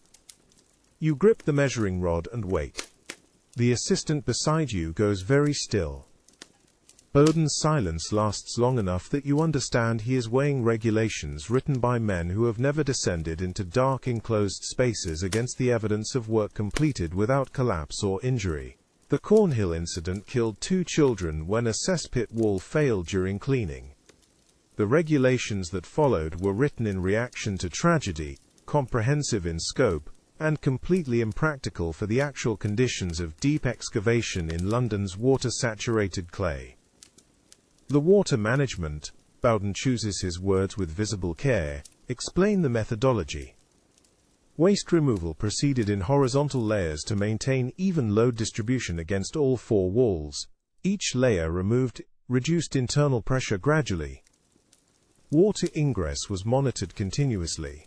Wall stability was assessed every 2 hours using tactile examination of mortar joints and auditory detection of stress indicators. Auditory detection, Harrow seizes the phrase. Folk wisdom substituting for proper engineering assessment. 3 generations of webs have cleaned London's cesspits without structural failure. Edmund Challis speaks from the courtyard edge. The methodology has proved itself through decades of work in conditions identical to these. The assistant beside you shifts his weight, and the movement sends a small shower of loosened mortar down from above. Both of you freeze. The sound of brick settling carries implications that need no technical vocabulary. The walls are stable now, but they remember the pressure they held, and they will continue remembering for hours yet. You finish the measurements in silence that feels less like professionalism and more like shared awareness that arguments about methodology matter less than the fact that 5 people currently stand inside or above a structure that wanted to fail and hasn't yet. 17 minutes later you surface again. Bowden takes the measurements and retreats to his cart to perform calculations that will determine whether your license remains valid, or becomes another casualty of regulations designed to prevent disasters that your family's knowledge has been preventing since before the regulations existed. The sun clears the roofline. Saturday morning in Cheapside begins its normal routines around the courtyard, where your professional existence balances on a surveyor's arithmetic. You stand beside the pit opening and wait while Nicholas Bowden, appointed after Cornhill to clean up corruption in cesspit licensing, measures your 3 decades of expertise against standards written by committee. John Harrow waits with the patience of someone who has already composed the letter he will send to the other guildmasters once your license is revoked. The north wall holds through the morning stillness, speaking in the language of strain and settlement that you learned before you could read, carrying information that has no place in Bowden's official documentation. Bowden works through his calculations with the methodical pace of someone who understands that his assessment will be reviewed by aldermen looking for reasons to confirm or deny their existing opinions. His assistants hold the wooden frame level while he records wall angles. The measuring rods cast shadows across brick that show the fracture patterns more clearly than candlelight ever could. You watch from 10 feet away, far enough that the smell grants him space to work, close enough to answer technical questions if he asks them. Your legs have stopped shaking. The exhaustion has moved past physical sensation into something closer to detachment. You are present in the courtyard, but your awareness keeps dropping back into the pit, checking details your conscious mind released hours ago. Edmund Challis brings water in a clay cup. You drink without tasting. The act of swallowing feels complicated, like your body has forgotten the mechanics of normal human maintenance, after 36 hours of emergency function. Robin Pike stopped by an hour before dawn. Challis keeps his voice low. Asked if you needed anything. I sent him away. Didn't want extra bodies when the surveyor arrived, but he's waiting at the Boar's Head if you need him after this concludes. You nod. Robin has worked beside you on 4 deep excavations. His sister Margaret Webb married your cousin and died 3 years ago in childbed, and Robin has treated you like family ever since, showing up for the dangerous work without needing to be asked. The kind of loyalty that matters more than guild politics or surveyor reports. Harrow circles the pit opening from the opposite side, staying close enough to observe but far enough to avoid any appearance of interference. He has brought the alderman to witness methodology, not to participate, and his positioning reflects the careful strategy of someone building a case through accumulation of observed violations, rather than direct accusation. Alderman Wickham leans over the pit edge. How long has water been entering at the noted rate? Seepage began approximately 20 hours into excavation. You speak to Bowden rather than the alderman, keeping the technical discussion separate from the political one. Rate increased as waste removal reduced counterpressure against the compromised mortar joints. And you continued working. Wickham's tone makes it statement rather than question. Stopping midway would have locked in the structural compromise with half the waste load still pressing against weakened walls. Completion was the safer option. Safer. Harrow gives the word the inflection of doubt. Master Webb's definition of safety differs substantially from established protocols. Bowden looks up from his calculations. His expression suggests he has reached the part of this assessment where technical measurement intersects with professional judgment, and he does not enjoy the intersection. The north wall fractures are substantial. Water ingress at 4 gallons per hour represents significant foundation compromise. However, he pauses. The completed excavation shows no evidence of accelerated deterioration during the work period. Wall settlement appears stable. The tilework foundation is exposed and intact. John Harrow goes very still.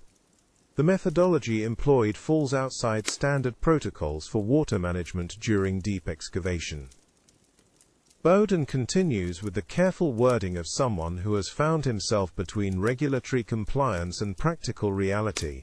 However, the outcome achieved, complete waste removal with maintained structural integrity, suggests effective risk assessment under non-standard conditions.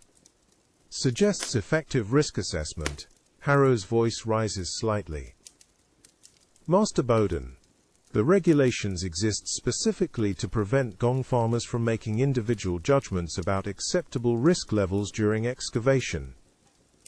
The regulations exist to prevent structural failures and casualties. Bowden meets Harrow's stare, neither of which occurred here. The courtyard falls quiet except for morning sounds from the street beyond.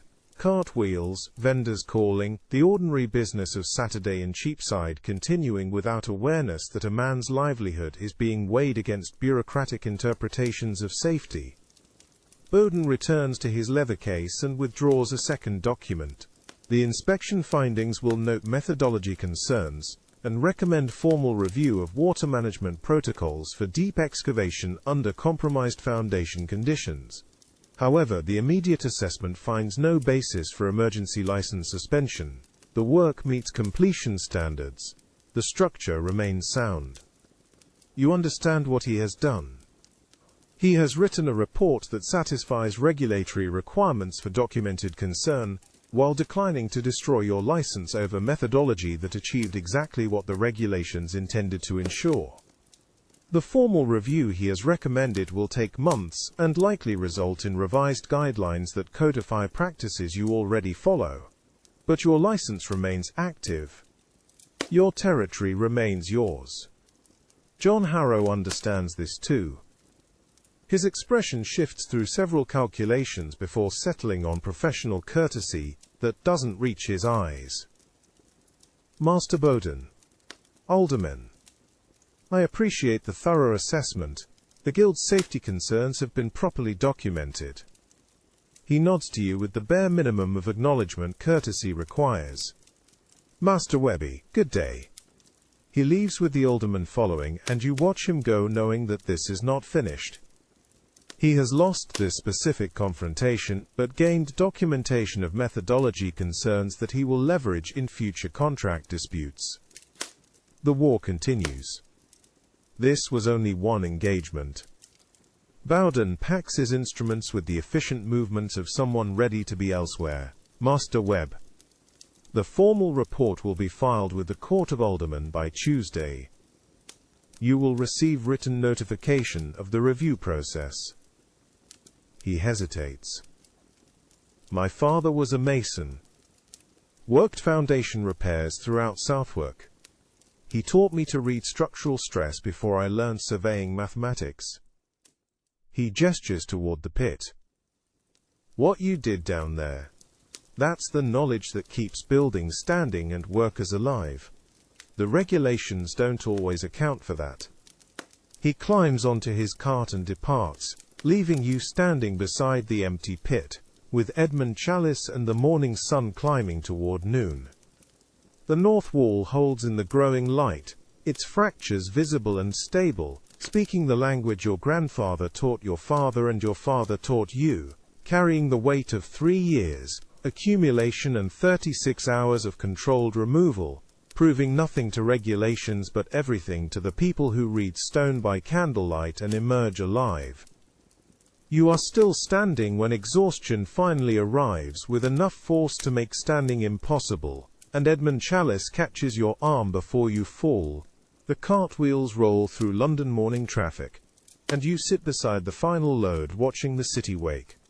Merchants open shutters in Cheapside. Water sellers call prices that haven't changed in 20 years.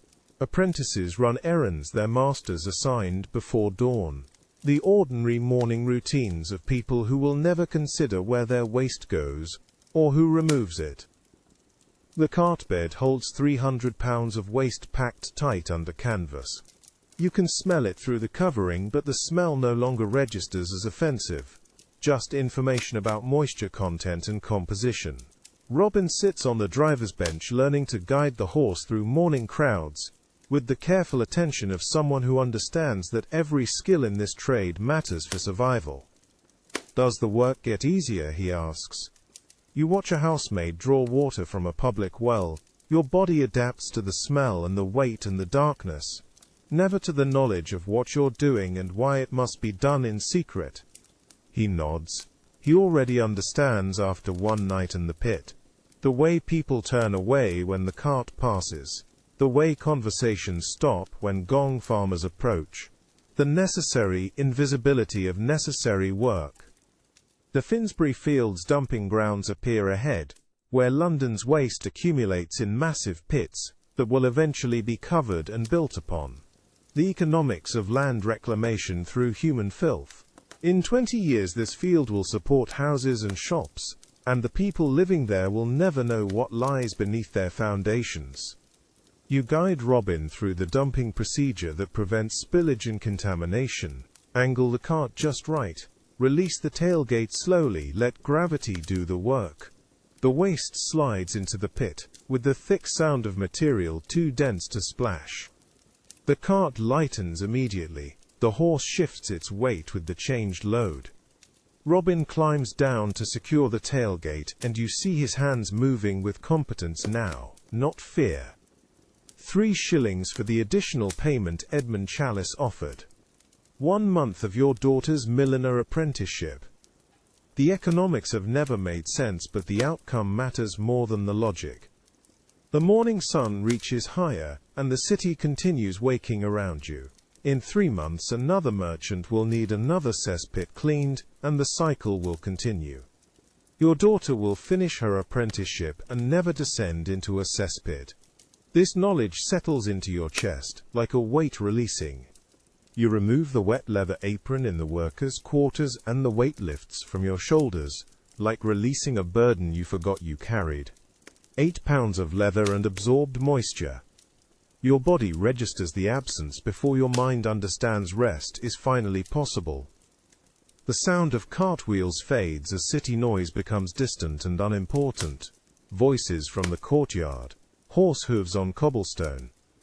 A child laughing somewhere 3 streets away. None of it requires your attention anymore. You lie on the straw pallet. Your breathing slows and deepens without conscious effort. The body taking control from will that has driven it past reasonable limits for 36 hours. Each exhale longer than the last. Edmund Chalice offered 3 additional shillings for completing ahead of schedule. You accepted.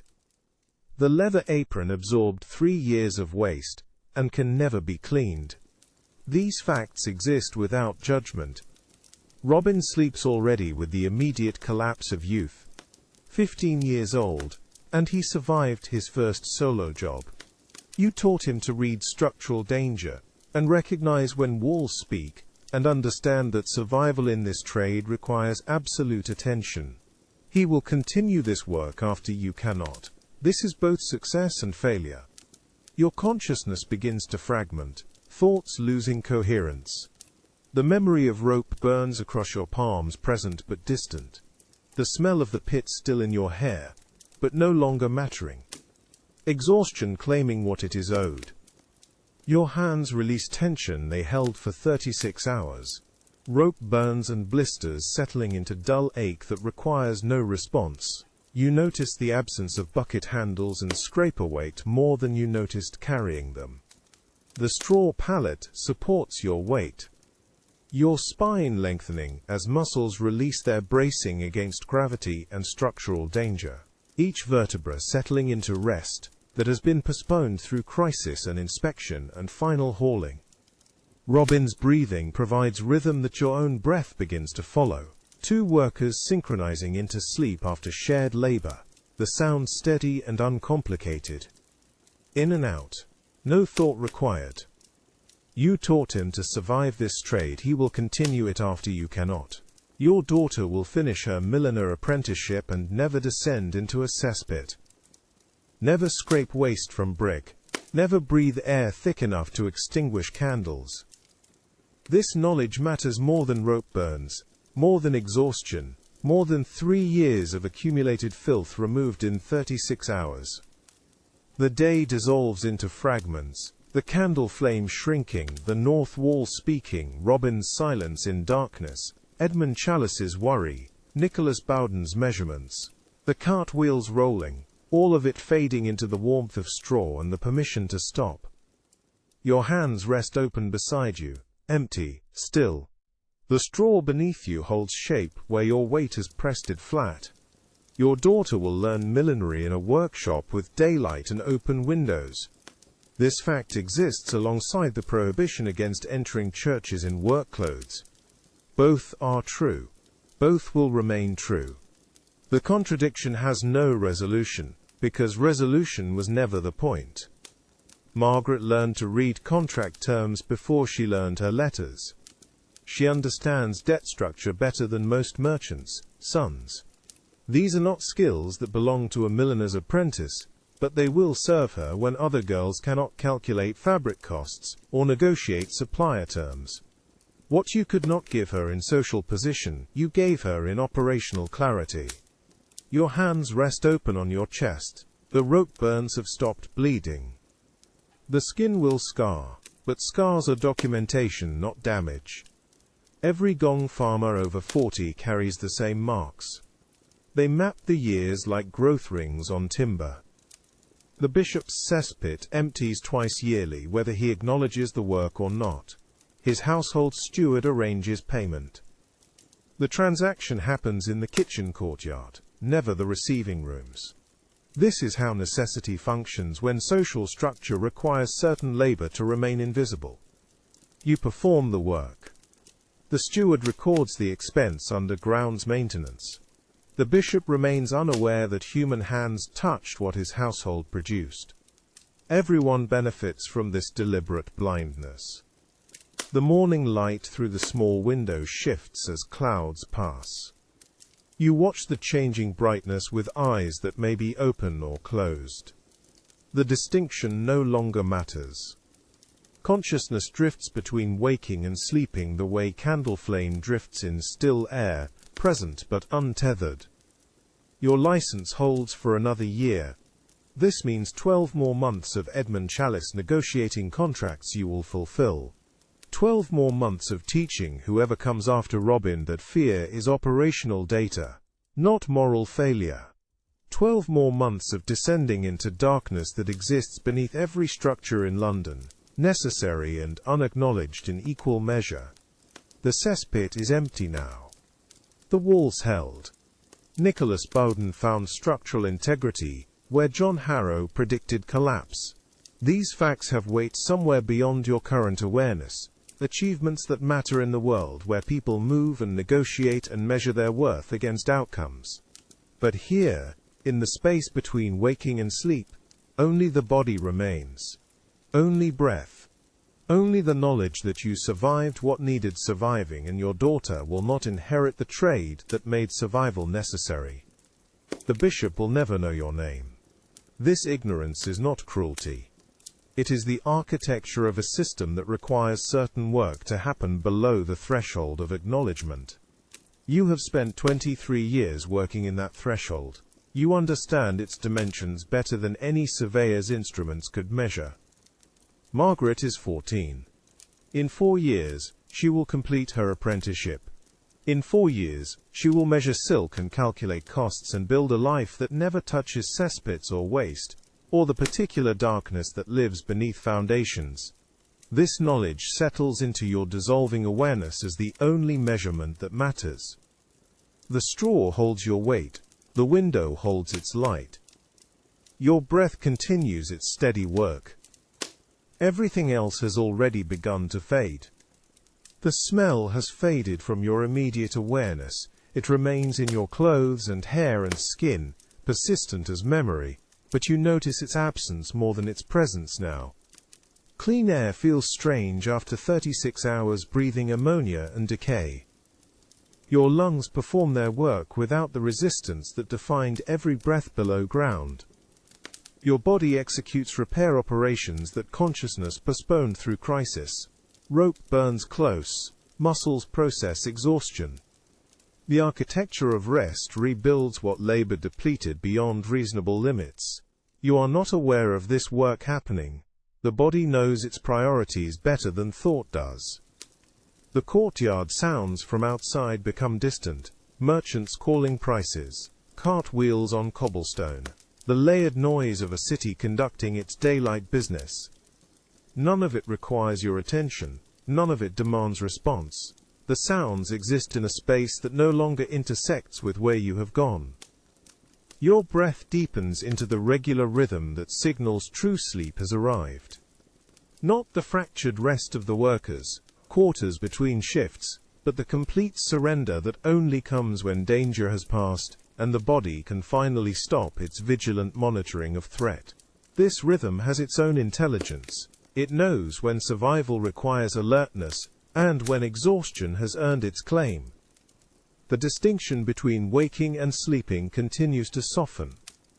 You exist in both states simultaneously, aware of the window's light and the straw's support, while also drifting somewhere beyond awareness, where sensations arrive without interpretation, and fade without leaving trace. Robin's steady breathing continues beside you. The sound anchors you to the present moment, even as the present moment loses definition. Two bodies synchronizing into rest after shared labor. This is the oldest form of trust. The body relaxing into sleep because another body nearby maintains the watch. Except neither of you is watching now, the danger has passed. Nicholas Bowden has concluded his inspection, the walls held, the contract is complete. These facts exist somewhere in the architecture of achievement and consequence, but they have no weight here, where only breath remains, and breath requires nothing except continuation. The warmth of sunlight through the window touches your face without registering as warmth. Sensation arrives stripped of interpretation. Light exists, skin exists. The meeting point between them has lost its edges. Everything softens into everything else. Your daughter will never descend. Margaret will measure silk while you measured structural integrity. She will calculate costs while you calculated bucket loads and wall stress, and whether 36 hours was enough time to empty 42 cubic yards of waste without killing the boy working below. These parallel lives will never intersect except in the fact of her freedom, purchased through your willingness to work where visibility ends. The thoughts arrive and depart without demanding attention. They drift through consciousness the way clouds drift through the window's frame, present and then absent, leaving no mark on the stillness that has finally claimed what remains of awareness. The straw holds weight. Nothing else requires acknowledgement. Robin asked if the work gets easier, and you told him the truth before sleep claimed you. The body adapts to smell and weight and darkness, but never to the knowledge of what you are doing and why it must be done in secret. He nodded because he already understood after one night in the pit. Your daughter will escape, Robin will continue. The cycle persists as long as London produces waste that must be removed by workers willing to descend and scrape and haul and breathe air that extinguishes candles. This is not tragedy, this is function. The city requires what the city requires. The license holds. The contract is complete. the inspection passed. These achievements exist somewhere beyond your sleeping awareness, facts that matter in waking life, but have no substance in the deep rest, where consciousness has finally surrendered to exhaustion. Only the body remains, performing its repairs in darkness that asks nothing except permission to continue. Somewhere above, merchants negotiate and aldermen deliberate, and the court examines Nicholas Bowden's report on structural integrity. Somewhere above, Margaret learns stitching techniques that will never touch waste or brick, or the particular darkness that lives beneath every foundation. These events happen in a world that continues without your participation. The distinction between your body and the straw beneath it has softened to something barely perceptible. Weight exists, support exists. The meeting point between them has lost definition. You are being held by something solid enough to trust, and trust is the last thing consciousness releases before sleep claims everything else. Breath continues. This is all that remains. The steady rhythm that needs no thought to sustain itself. The automatic work that persists when awareness has dissolved completely. In, out, in. The body's oldest knowledge, performing without instruction or effort, or the burden of maintaining identity. Weight releases. The wet leather is gone. Your body rests on solid ground, after 36 hours of bracing against unstable brick. Only relief remains. Burden lifted. Danger past, the work finished. Sleep has claimed thought and awareness and the knowledge of what was accomplished. Only the body continues its unconscious work of healing while consciousness rests completely. The cesspit is empty, the walls held, the inspection passed. Your daughter's future remains secure. These facts exist somewhere beyond sleep, waiting for consciousness to return and claim them. But here, there is only rest, and the absence of danger and the solid ground beneath. Nothing remains but breath and weight, and the fact of being alive and safe and finished. Even these dissolve into the complete stillness of exhausted sleep, where no thought survives and no sensation registers and only rest exists, deep and unbroken and finally, mercifully complete.